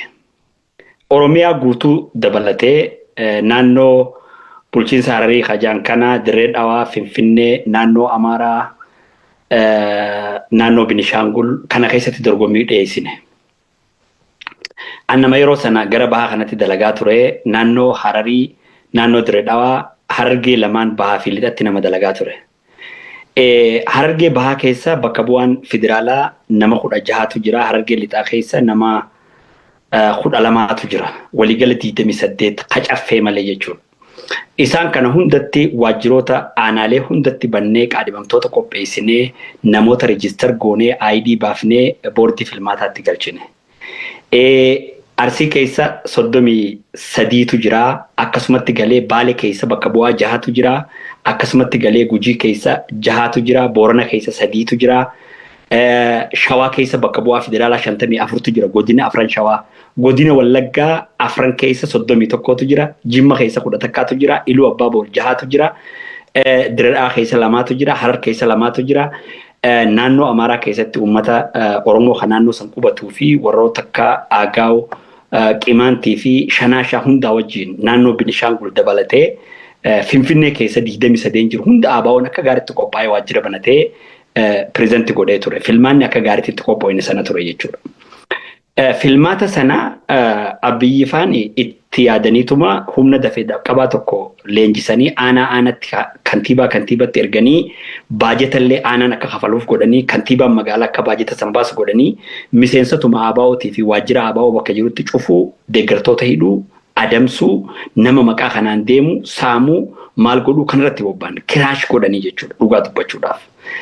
Kanaaf hawwii Oromoon fedhii qabu sana akka gaariitti keessatti caccabsanii hogganoota Finfinnee jiru kaan ni hidhanii, kaan ni dhabamsiisanii, kaan waajjira keenya hanga gullallee ga'utti cufan. Kiraayisisiin dhaaba kanarra ga'ee xiqqaadhaa miti. Akkasuma keessallee dalaganii dhaaba kana panatireet godhanii nama haga tokkollee keessaa fottoisanii turan. Dhaaba kana deebi'anii warra fottoka kana isintu ABO'dha kajuun nuti lamaan qoftiin akka kissii walitti goonuuf waan laafaa keessan dabarre dhaabni kun. Gamme. Kanaaf isa kana gartee sirna dhaabarraa nama fottoisee isintu dhaaba isin deemaa ja'uun ati gartee sirna harkaan qabne ka biyya san keessa dhufee jiru ka waajjirri kee Oromiyaa guutuu keessaa naannolee akka reefu suutuqa jana hunda keessaa cufamee miseensi keenya hidhaa jiru hogganni keenya akka Finfinnee keessaa baane godhamne sana keessatti ABO'n sarvaayiv ta'ee jiraate.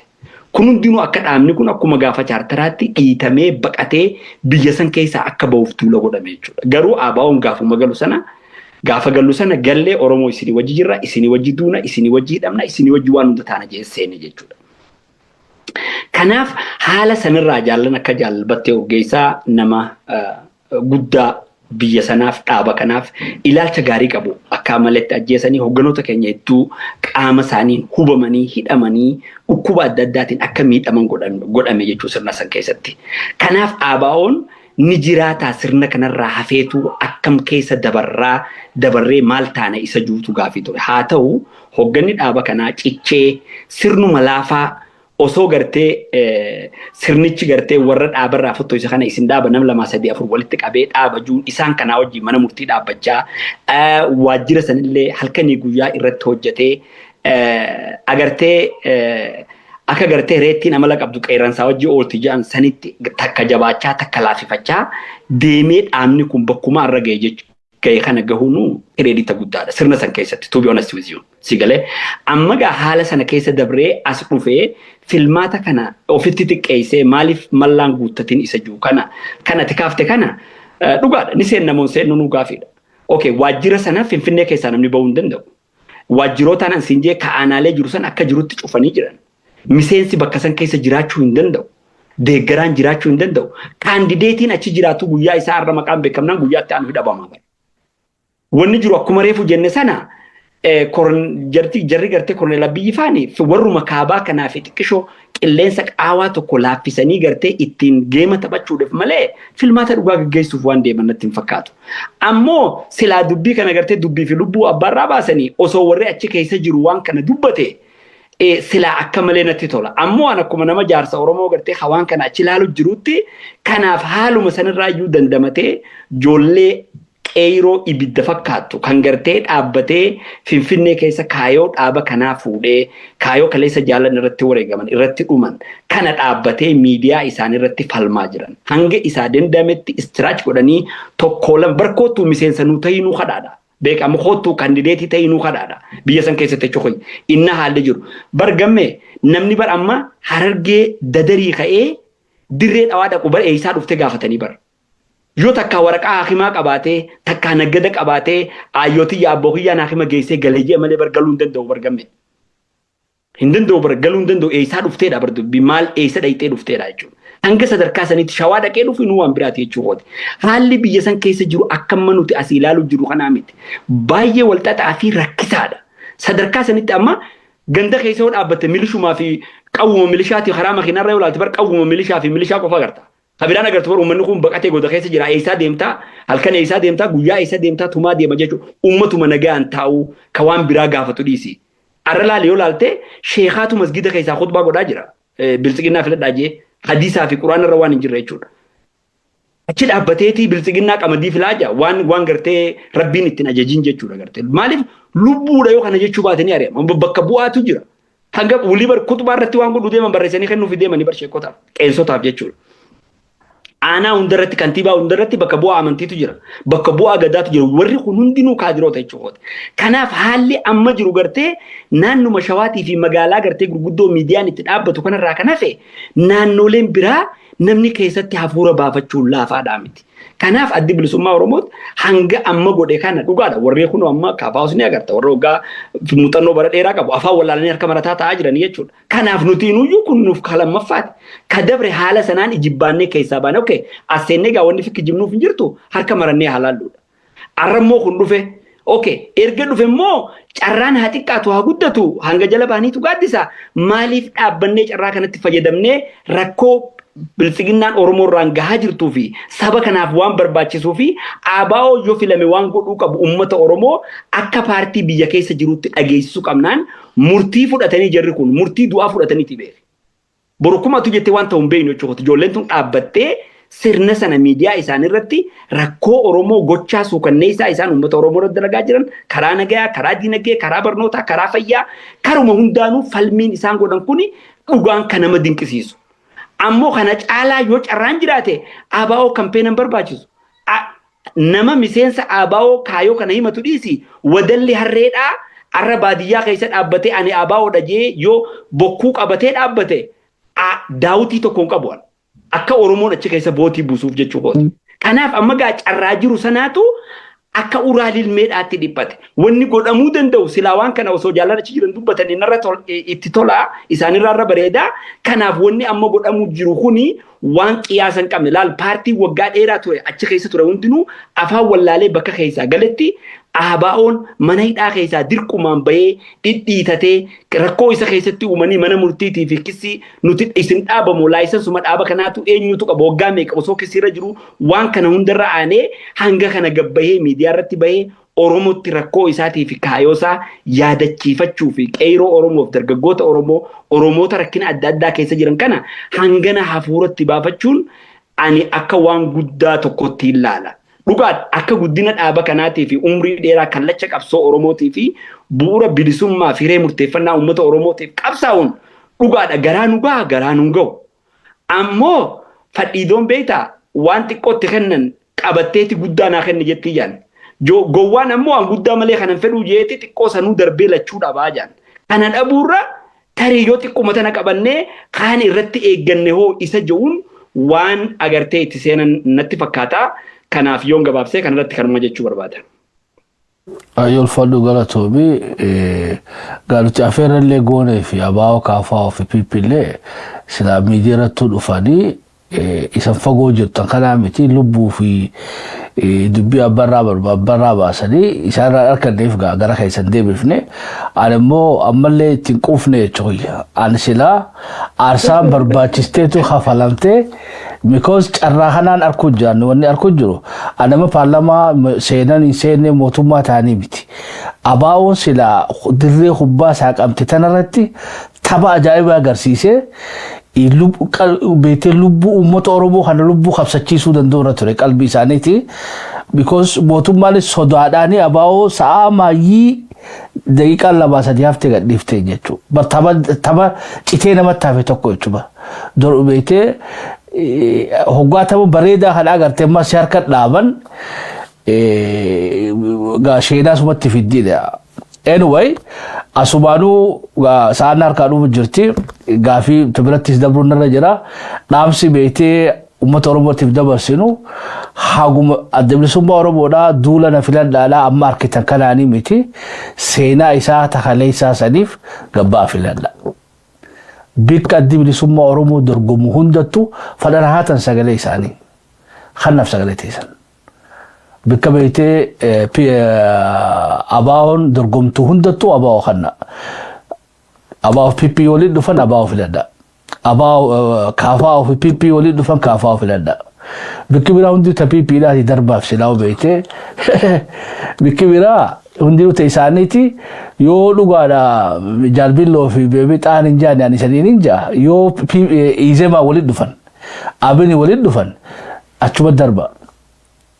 ABO'dhaan immoo wanni jedhu jaal Daawud Ibsaatiin eega haraam nyaachuun kennoole haraam yoo nyaatan garuma guuttatanii adeeroo filannoo baranaa kana PP beetee dirree silaa lubbuu naagooteen waan fadhaartu yaadu xiyyaatanaas ammoo rakkoon hin jirtu miti wanni jaalbilloon jiru bara dhibbanne jirti.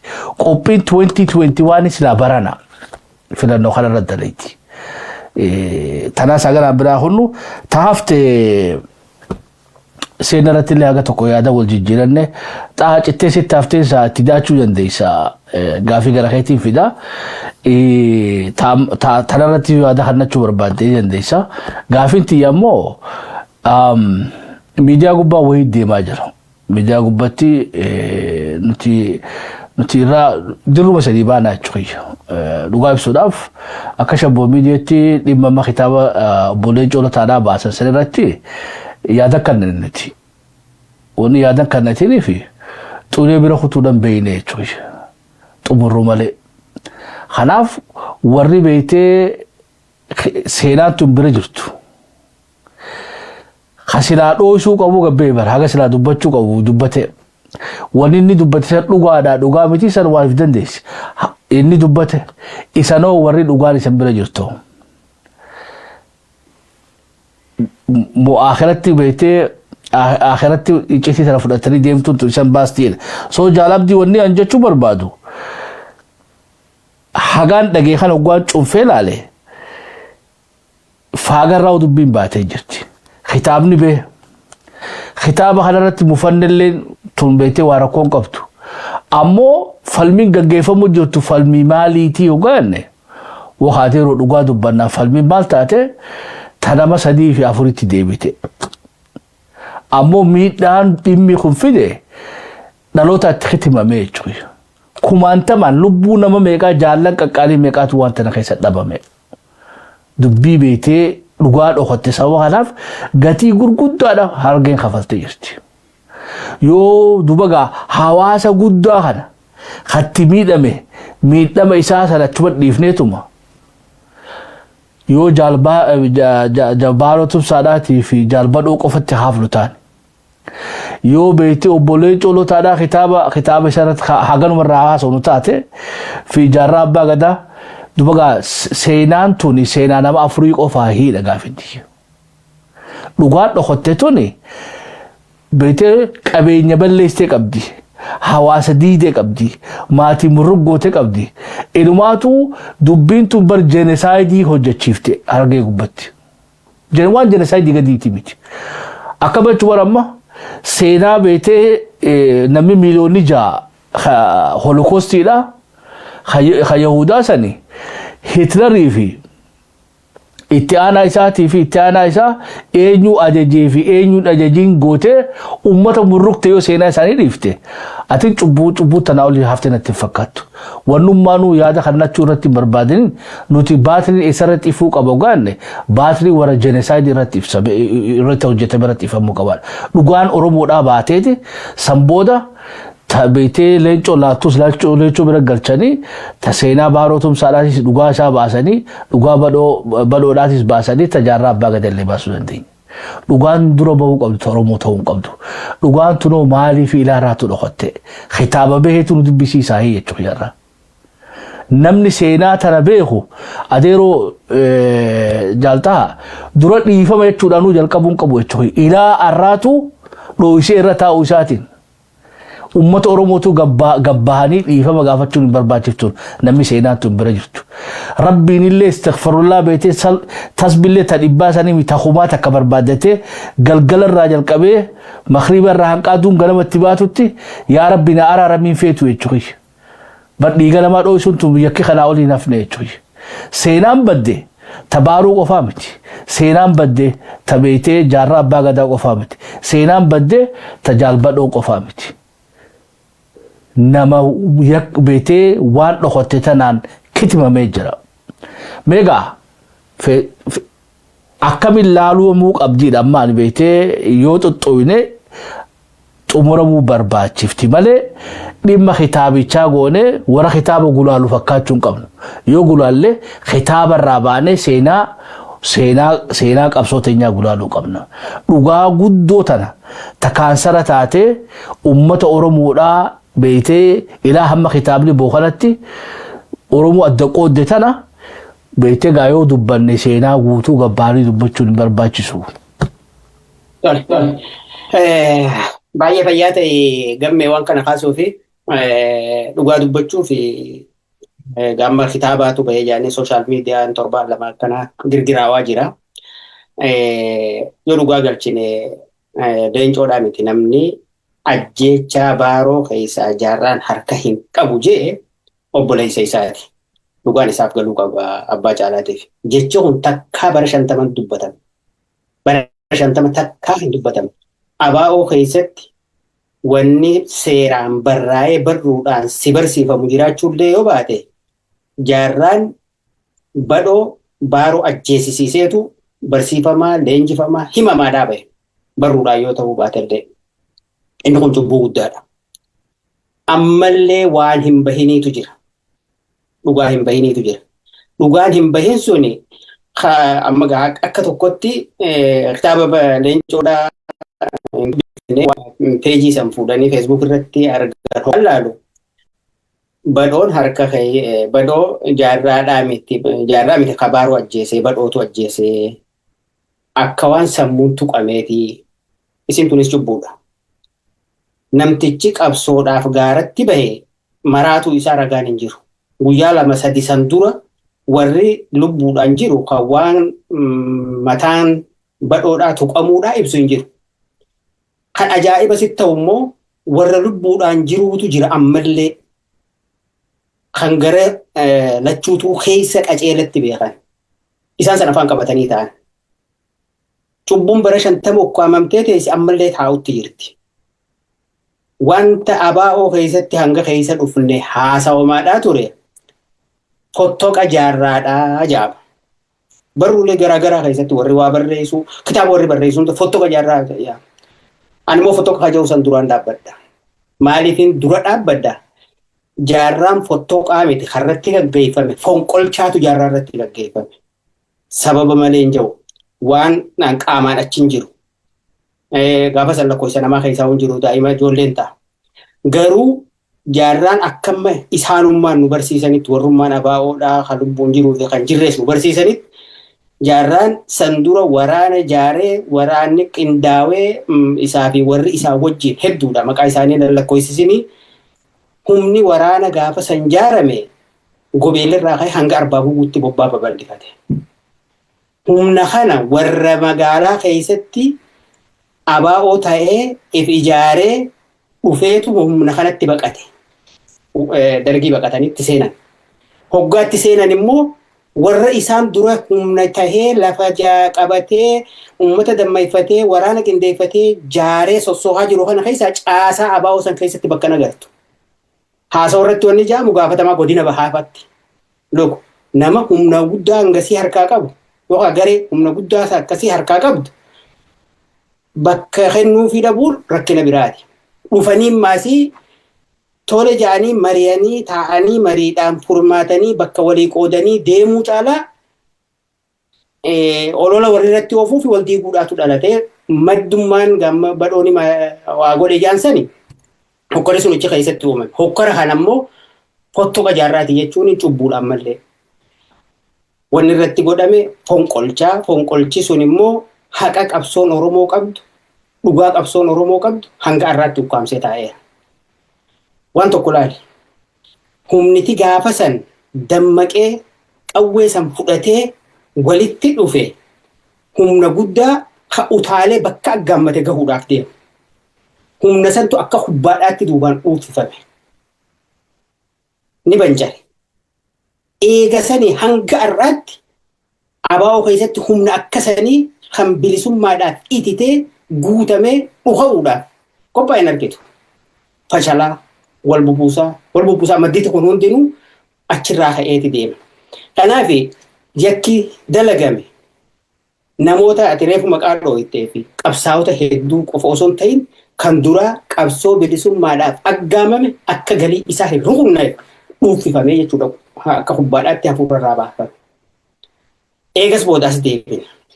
Dhugaadha jaarri jaallan jaalbaroos haa ta'u jaalbadhoos haa ta'u jaarraasaa jaaljaarraasaa ta'u hundi isaaniitu aqqaalii ilmaan Oromoo kan dukkana hamtuu san keessatti hanga uraa lilmeetiin nama tahuudhaa qabnaa jedhanii yaadanii walitti dhufanidha. Waan fedhees haa ta'u dammaqoo yeroo saniiti. Dogoggorri fedhees haa ta'u. Isaan miidhamuun isaan akkas ta'uun qabsoo Oromoo bakka irra jirru kanaan gahe bara 50 yookaan 60tti lakkaawwachaa jira. Eega sun tahee booda walitti bu'iinsi dhufe humniti sun ni faca'ee bakka lamatti bahee kaan gama bahee kaan gamana bahee kaan immoo sibiila ijaarame fudhatee mootummaa dargiidhaatti gale. Gamana bahee hafne walitti deebi'e. asitti immoo yakkoota kana hin ja'amneetu uumame. Keessattuu gaara mul'ata. Fuula gaara mul'ata.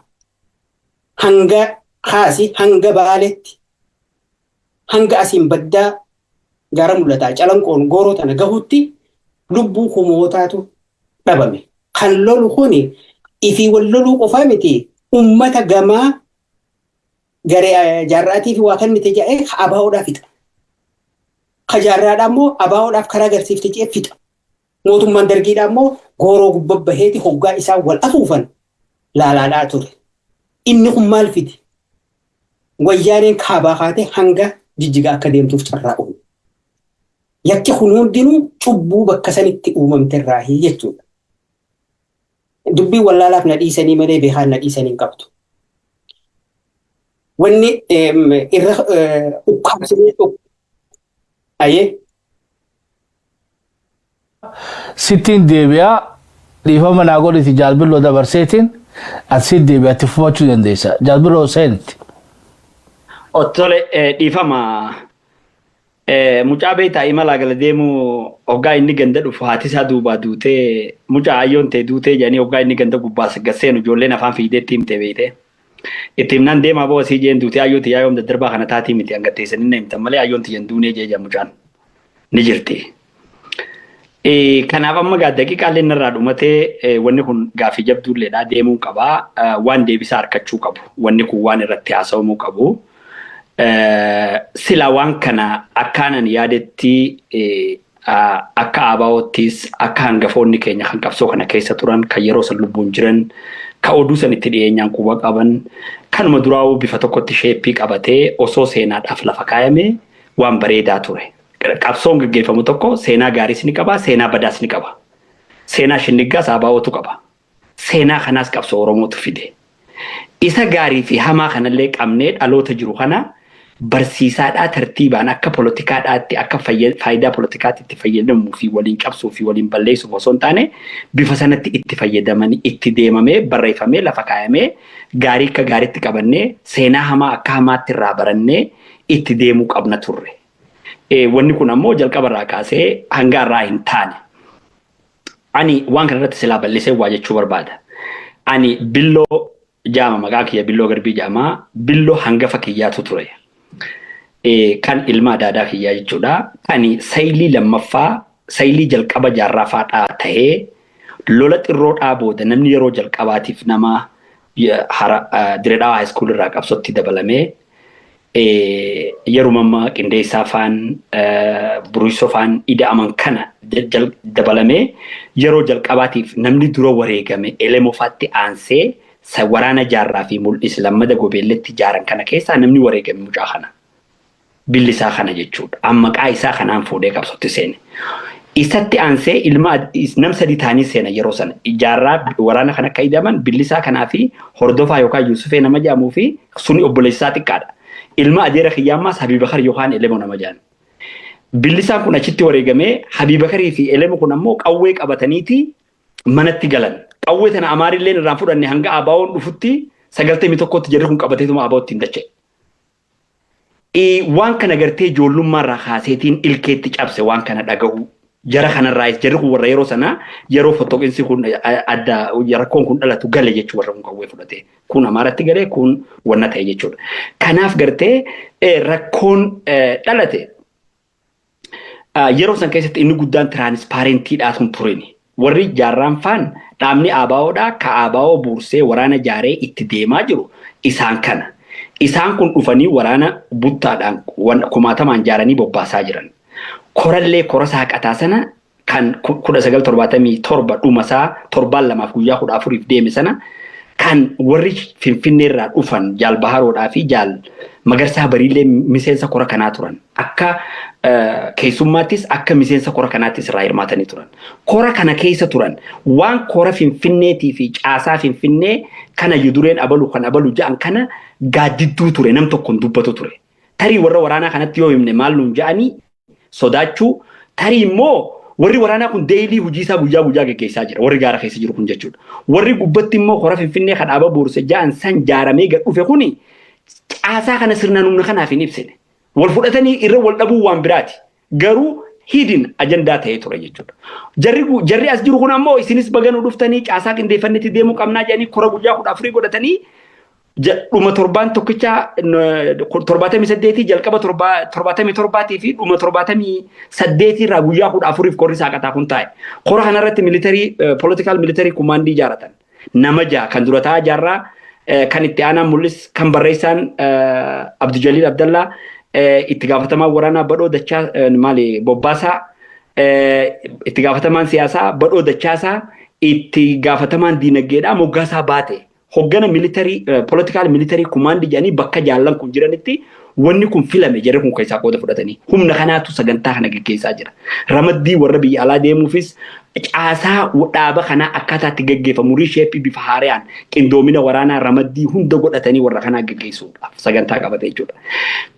Jaallan kun kana keessaas ni jiran. Jarana Finfinnee waan akkanaa goone tanaatu jira akkamitti waliin godhannaa namni gattaa'ee walitti himin jiru. Namni itti mari'atee hin jiru waan lafa jala deemu malee. Haala kanarratti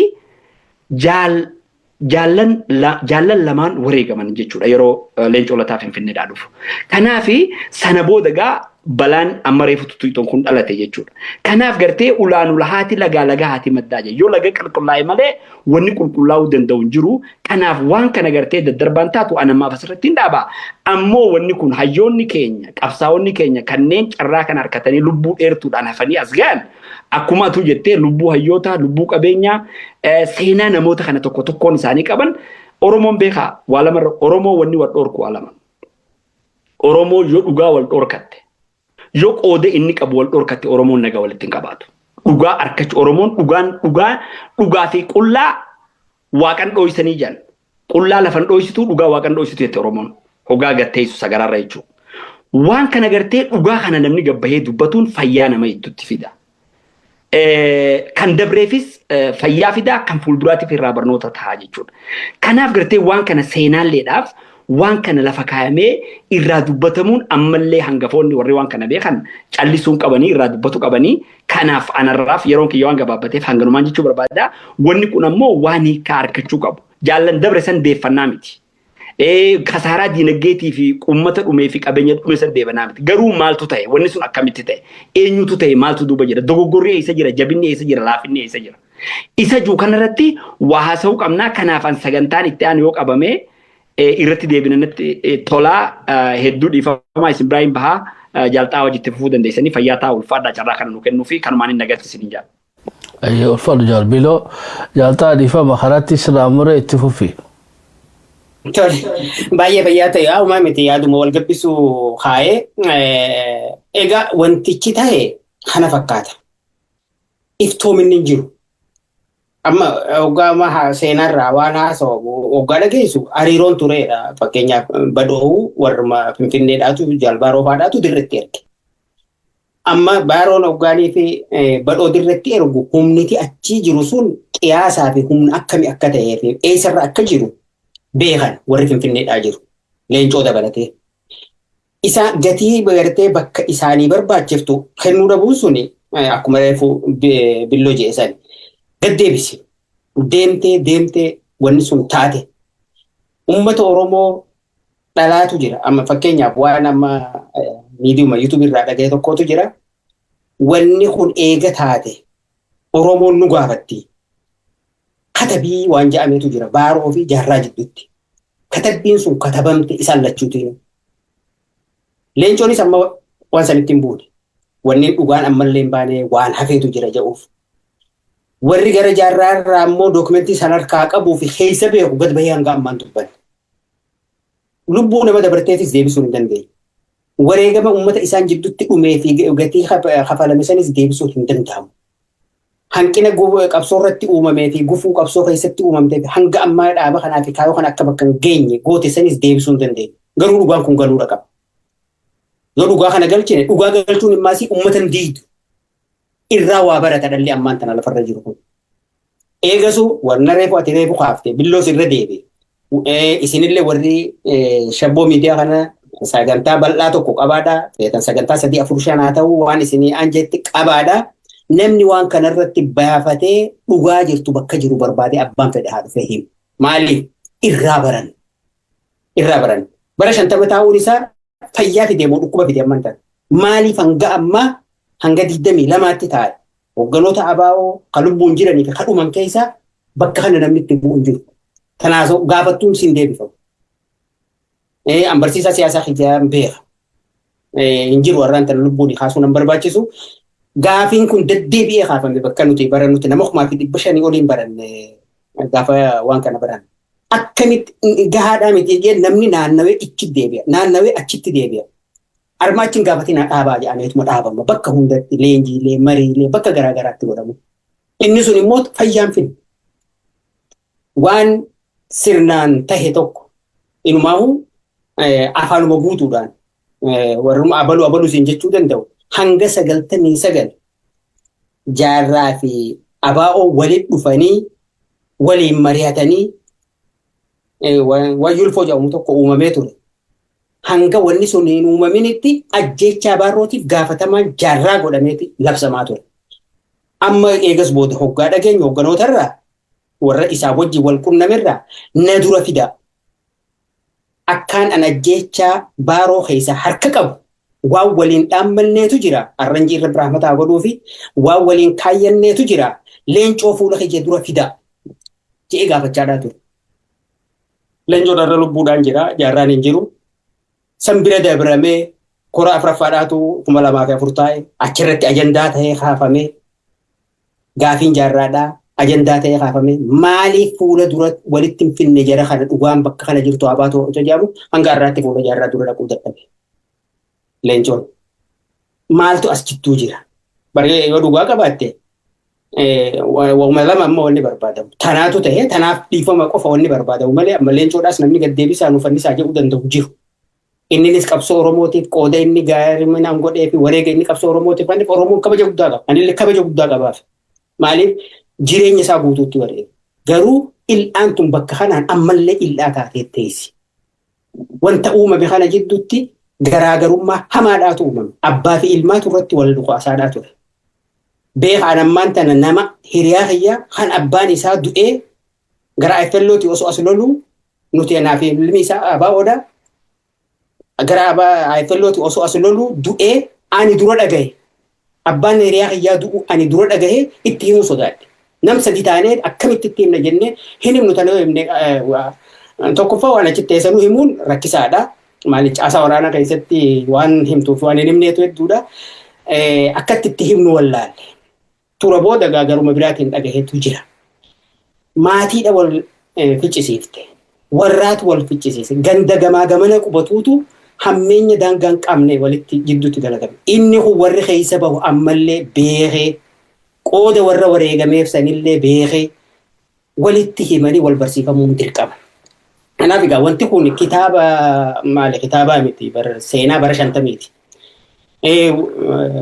Qorannoon garaagaraatiin akka godhamu. Gaafiileen akka garaagaraa akka dhiyaatu. Korri sabaa jaare leencoo fa'aa akka gaafatan ajajaman hayyamamaa ta'uu dhabuun isaanii anattu amma huu gaafiidha. Maaliif? Osooniif irra caalaa jaarraa lubbuun jiru tanaatu ta'e isaan lamaan keessaa tokkumaatu badii qabaa tokko haqa qaba. Amma gara lachuutu waan arguu hin jirru dhugaan kanaati jechuun diduun sun immoo gaafii faayaadhaa jira. Kanaaf wanti kitaabichi haasawamee fi kan lammataa tokko ammaas wanti kitaaba san keessa akkuma reefu siin jee peejii feesbuuk irratti hin arge waan leencoon barreesse jaansan baaroon asii bakka hin qabnu. Asii bakka hin qabnu. Maayaa qalloota Oromiyaa miti. Moo caasaa san keessaa bakka hin qabnu. Caasaan kun kan Oromootii miti. Isaanii miti kan hariiroo tolchee fi sagalee isaanii tahee waa hunda godhee fi loojistik tolchaa fi hariiroo bal'aa bara tokko olii qabaachaadhaa waliin hin turre. Asii bakka hin qabnu hoja'u sun ammallee sirriidhaa miti. Deebii kitaabuma san keessatti maasii kan dhawee fuula kiyya duratti naafi baarootti dhukaase badhoodha. Jaarraan immoo hamatamuun oollee jee ammallee hamasan maaliif itti kaafama? Hamatamuun oollee jechuun beeki ammaa shakkiidhaatu jira jechuudha. Dhibbaa dhibbatti irraa walaba jechee qulqulleessuu san anatti mul'atu. Ammallee yeroo isaanii jira jaarsi ni jira yoo lakkii akkasii miti kan jiru ta'e isin irratti bakka fedhattee himamuu ni danda'ama. Asii bakka hin qabnu eega ta'e humnuma adda gaafa sottooqisantu walitti hafee dhaaba kana ijaaree eegas booda bara 4 booda deebi'ee humna shinniga wareegame san hoggana fuudhee gara ergama deemutti Wallagga dirree kara Somaaliyaa osoo deemanii shinnigatti wareegamni sun ta'e. Shinnigatti waan wareegame san as fuudhi ilaali. Namoota shinnigatti wareegaman san keessa irra caalaan isaanii ijoollee ganda jaarraati. Kan Shawaadhaa keessa jira, kan Wallaggaa keessa jira, kan Baalee keessa jira, kan bakkoota biraa jiran. Loo bakka hin qabne ijoollee warra dhihaa eegaa wanni kun taate booda. Ammatti bakka hin qabneen suni hoggaan seenaa kanaas walitti ilaalee jawu lakki. Bakka qabaannaanu bar warri hin wareegamna addaan bahurra boolla takkatti duuna jee ijoollee bahaatii bar ijoollee ganda saniitii bar. Lafa namni hogganaan garee san fuudhee deeme nama bakkatti wareegaman sanirraa amna sa'a 6-7 deemanii ganda isaanii dhaquu danda'ani. Warra yoo iyyatee warri isaaniitti dirmachuu danda'ani. Obboleeyyan keenya kan qabsoodhaaf nutti dhufe nuti Oromoo jennee waliin ijaarranne kan dabarsine hin kenninu jechuudhaan bakka takkatti warri Islaamaa bahuun carraan isaanii bal'aa ture beer. Warri Islaamaa gamana bahu gajaan qawweerraa fudhatanii deemuuf deeman yookaan ari'uuf deeman malee ajjeesuuf hin deeman. Lakki haji'ee didee bakka takkatti boolla takkatti awwaalamuu san uume ijoollee bahaati. Kan abbaan fedhe as bahee haa dubbatu miti haa ta'u warra keessa ture haa ta'u warra keessan ture kaseenaa barate haa ta'u qorate haa ta'u. Kanaaf bakka ni qabnaa jechuudha maaya qalloonis dambidolloodhaan tokko jechuuf aadeen kana kaase. Maali waan kitaaba san keessatti tuqameetu garaa na gahuu dide na diddirte. Kanaaf dhugaadhaatu bakka kana badee jira, haqaatu bakka kana dabee jira. Kitaabni sun ammas dhugaan baafne warri seenaa beeytan aamaan immoo waan san keessaa dhugaa bartan amma booda du'atanii biyyee uffachuu malee wanni hafeen jiru. Dhalli dhufu kun immoo dhugaa bakkatti dabdee fi fuula duraaf barnoota akka irraa taatuuf uummata barsiisaa qajaa'uun akkuma reefatu jettee madda gaafii biraa yoo qabaattetti fufe. Ulfaadhu atiin sa'aa hannamte dhumtee atiin dubbiin tun dubbii tuqanii deeqaa takkaaf lamaa fi hagana keessaa ba'anii miti afeeraan nu goonu ilaarraatu dhimma kana wanni bira hunneef yoo xuxuquu miti xumuruu feenaadha. Because as keessa seenaan Oromoodhaa as keessa dabde bakka biraa takka illee jirtu beekadha. Wanni biraa qabsoo Oromoo sakaaltee saba guddaa hana xiqqeessite as keessa jirti dubbiin. Hadduu beetee baadhoo qofaa miti. Dhugaan baadhoodhaatis baddee jirti beekadhu. Dhugaan baarotumsallee baddee jirti. Dhugaa rabbi ibsuudhaaf. Akka itti du'e san nan qubsine. Akka itti badhoonis beetee badhoodhaatu ajjeesee nan qubsine. Badhooniif ajjeesellee nan qubsine. Tana qofaa mikaa. Guyyaa sanirraa jalqabee ilaa haga laggasa wagiitti ilaa haga beetee kamaal heebotti ilaa haga jaalmooyitti waxa bineensii beetee baaruu nyaatettuma jira ilaa jaalmooyitti nyaachuma jira baradeero. So dhugaa saba kanaa yoo beetee kitaaba tuqicaa raawwacanii bira dabruu miti yoo gabbaafne koreedhaan namni seenaa beeku waliin dhuftanii waan kana qoratanii wanni adda bilisummaa Oromoo keessa nama nyaatu tuni maali deebisa argachuu qabdi. Dhugaan baarootumsaadha ta'ilaa kamaal heeboodhaati walittidha. Habaarotumsaa nyaateetu kamaal heeboo nyaatee jaallagasa wagii nyaatee araarsoo wadaa nyaatee beetee buruursoo nyaatee nadhii nyaateedha. Kana beekuu qabnaadha jechuudha. Yoo beetee matoo hayaa abaa'oo keessa jirtu tana qoratanii seenaa Oromoodhaan abuuni beetanii citi mul'is gadaadhaansis waha mul'is isa deeroo nama maqaan mul'is beetee dhugaan isaa mul'achuu baattee sun nama ajaa'ibsu maqaa isaatiif seenaa isaatu beetee wal faalleessi maqaanu mul'isi beekadhu. Inni jiraatee fi beetee horri saniis gaggeeffame inni jiraatee fi addi bilisummaatu uumamuu danda'a. Nama bar asmararraa miilaan ilaa Maqdishoo dhaqee barqabsa Oromoodhaatiif. Haga mul'is gadaadhaa miilaan deeme odoo kiiloomeetiraan kaa'anii beekan addunyaa ta'anii naanna'u. Namni haga isaa qabsoo Oromoodhaatiif miilaan deeme jiru. Achitti awwaalame dhugaan isaatis goojjuma awwaalamte jechuudha. Boo hawaasni waa nyaachuu jirtu sun eenyu? Hayoo irraa dubbanneettan قبا ديرو ختابة كوتشا أنا رادو بتنيتما ختابة هلا في اللي تنيتما بلا دبر ودون تاني لغا سبات أسكي سجرا لغا سبيتشا بهو قبتي بهارو تم سارا جاران هن أجيف نوغا نينيو أجيسي بدو متديرو بدو لافرقان ما تجرا چوي بدو سينيو أجيسي برغا في تينيا ننقوم سيني چوي متى تقومي برا ديرو برا تون بري في فوق الرب تني في فوق الرب براتي يچوي الرب براتي مالي فوق قادنا بريو أنقو دافود التنيس جارتي آني namni bikasanitti warra achi jirurra namni boose isaaniiti barbadoon akkasi bar ajaja baarotumsaati ajaja leencoolataati ajaja abbaa caalaati warra keessummaatti dhufte hundaa'u aangoodhaas barbadootu irraa oli akkamitti namni qawwee beekte aangoon irraa gadii qawwee irraa hiikaatuun isaa dhuftidha so wanni bikkasanii taateen bikkasanii gaafii kumaantama kaafti xuxxuynee bira dabruun Weten madu ballisu taati malee nu fayyadu wani jannu maali warri seenaa tun bira jirtu galmeen bira jirtu adeero boru rabbiin guyyaa qiyaamatti san gaafata seenaa jirtu tana gabbaasaa dhugaa jirtu kana oromoof galcha beetee dhugaan dhiini baarootum saabahu dhiini beetee badoo dachaasi saabahu warra sababa kana isaan jidduu dhumeelleen haabahu akkasi fayyaan oromoo jidduu taaduftu dhaloonni taanullee badii kana akkatiin deebinaa goonuu jaa jaalabdi gara kiyya jaaltaa fixadheetiin jira wani dhaamtuuf hoo jiraate immoo carraa lammadaa siifin kanna warra beeytee warra kitaaba dhiisan irraa bar dubbiin kitaabaa bar kitaab seenaan tun amma 50 turteedha bar seenaan tun amma 50 dhohottee jirti amma shan yoo dhoo kadhoo sinu taate bar namni seenaa tani beeku galee addunyaarraa kitaabichi nama tokkotu kaa'ee akkuma reefu jee waan irra deebi'uun qabnu. Dhugaa hedduutu asitti dhokatteetu jira. Dhugaan tun immoo warri arra lubbuudhaan jiru namoota qubaan lakkaawaman. Kaan akka keenya duubaatti dhufe jettee dhagaye. Warri jettee dhaga'u kanaan jetteen tun deemtee dhala dhufutti hin dabrini dhugaan rabbi beekuu fi taateen harkaa dhageetti bakka sanitti taate tana jee warri lubbuudhaan jiru gad bahee akka nuu dubbatu asumaan akka keeyyaati yoo jettee dhaammadha. Waan mul'is kaafte. Jaarraan beeyta hoggaan akkana ilaalee mul'ata isaa dhalli yeroo san isaa wajji jiru arguu hin dandeenye. Mee waan tokkoon fakkeenya sii tokko warra arra lubbuun jiru keessaa. Gaafa Yaman irraa qawwee fudhatanii Somaaleen qabde lakkoofsi 34 fi 36 jaama namni wajjin hidhaman.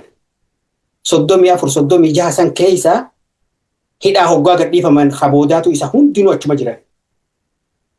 Aboo gaabaanee wanti kalee irbuu seenne mallee lafa jirtii hoggaa inni waalatu 34 yookaan 35 yookaan 38 amman argitu isa biraa argita bakka isaan seenan hin argitu.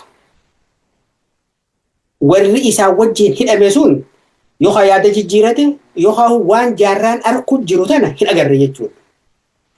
Isa akkanatti taa'u maraataa reefu ati maqaa dhooyte bilisummaa barbaada jaarsoodha. Harargee bahatee ka'ee jabaa Eertiraa qunnamee warri jabaadhaa immoo Elemufaan Harargetti dhukaasa eegalan jechuu dhageenyaan achiin maas baafatee saniin dhaqqabadha jee hoggachi dhabu sunis dura baddee san dhabnaan ammaasii laal waan nama lama akka malee yaada walitti dhiyaatu qabuutu walitti dhufe. Amma gaa jaarraan eenyu wajjin karaa seene 38 isa jiran. Echinaa haay. Namni maalummaa jaarraa hubate hin jiru hanga ammaa. Dhugaa dubbachuudhaaf namni siyaasaa jaarraa gahu hanga ammaa Oromoo keessatti uumamni waan jedhu dhugaadhaan qaba. Maaliif naan jii? 62 63 keessa isaa barataadhaa. Dirraawni beektaa miti warra gaarii oofuu fi warra bishaan waraabuutu jira. Laal isaan kanaa obboleeyyan keessanii jechaanii ture ijoollee dirraawaatiin ijoollee hiriyaa isaatiin. Warri Amaaraa kabbadaa fi Baqqalaa Jaansuun keessanii miti laal ijoollee eenyu badhaasaa ja'an bishaan waraabdu gaarii ooftu tanaatu obboleeyyan keessanii je'eeti tokkummaa ijoolleen tun Oromoo tahuu warra hiriyaa isaatti himaa ture. San bira kuti. Ziyaad barree fuula dhaqee ban namichi qorra bira hamataa godhuuf. Wati ay tana firraa dhiisi wanni hawaashii gadii Somaaliyaa boodhaati waan nuti hin jenne fuudhi qawwee fudhadhu maan aangoos fudhadhuuti dalagii jennaan lakkii jeen obboleeyyan keenyaatu jira hanga Suudaanitti dhaabbatu. Dambitoollonis Oromiyaadhaa tiyyaa tanaas samuusaa keessa jira. Yeroo sanitti namni waan kana yaadu ani hin beeku. Warri san booda gaamma Oromummaa addan baane jedhu sun barnoota isaa fudhatanii kaja'uu firqa. Kanaaf namni akka jaarraadhaa bara 100 keessatti siyaasa Oromoo keessatti uumamuuf hin taa'u. Dhugaan isaa bakka hedduutti dhokatte. Kan dhugaa isaa dhokatte Rabbiin isaaf rahmataa godhu dhugaa isaas Rabbiin bakka isaa haa kaa'uu fi wanni immoo ammaan tana jechuu dandeenya. Cubbuulee dalagamtee madaa sammuu namaa keessatti uumamtee hanga har'aa bulte tan warri lubbuun jirtan waliin qabritti hin galiidhaadha gad bahaadha irratti haa mari'annu dhala dhufuuf immoo wanni qulqulluun tana yaa'ame haa barreeffamu haa kaayamu fayyaa ta'een fitadhe. Ayo ulfaadhu galatoomii warreen beekee waan kanarratti yaada qabdan dhiyaadhaa isanii jedha. Jaalbilloo fi jaaltaa asumatti galatoonfadhaa gaaga qophii tana fakkaattu waliin dachaanutti nagaa waaqa keessa turaa. Thank you.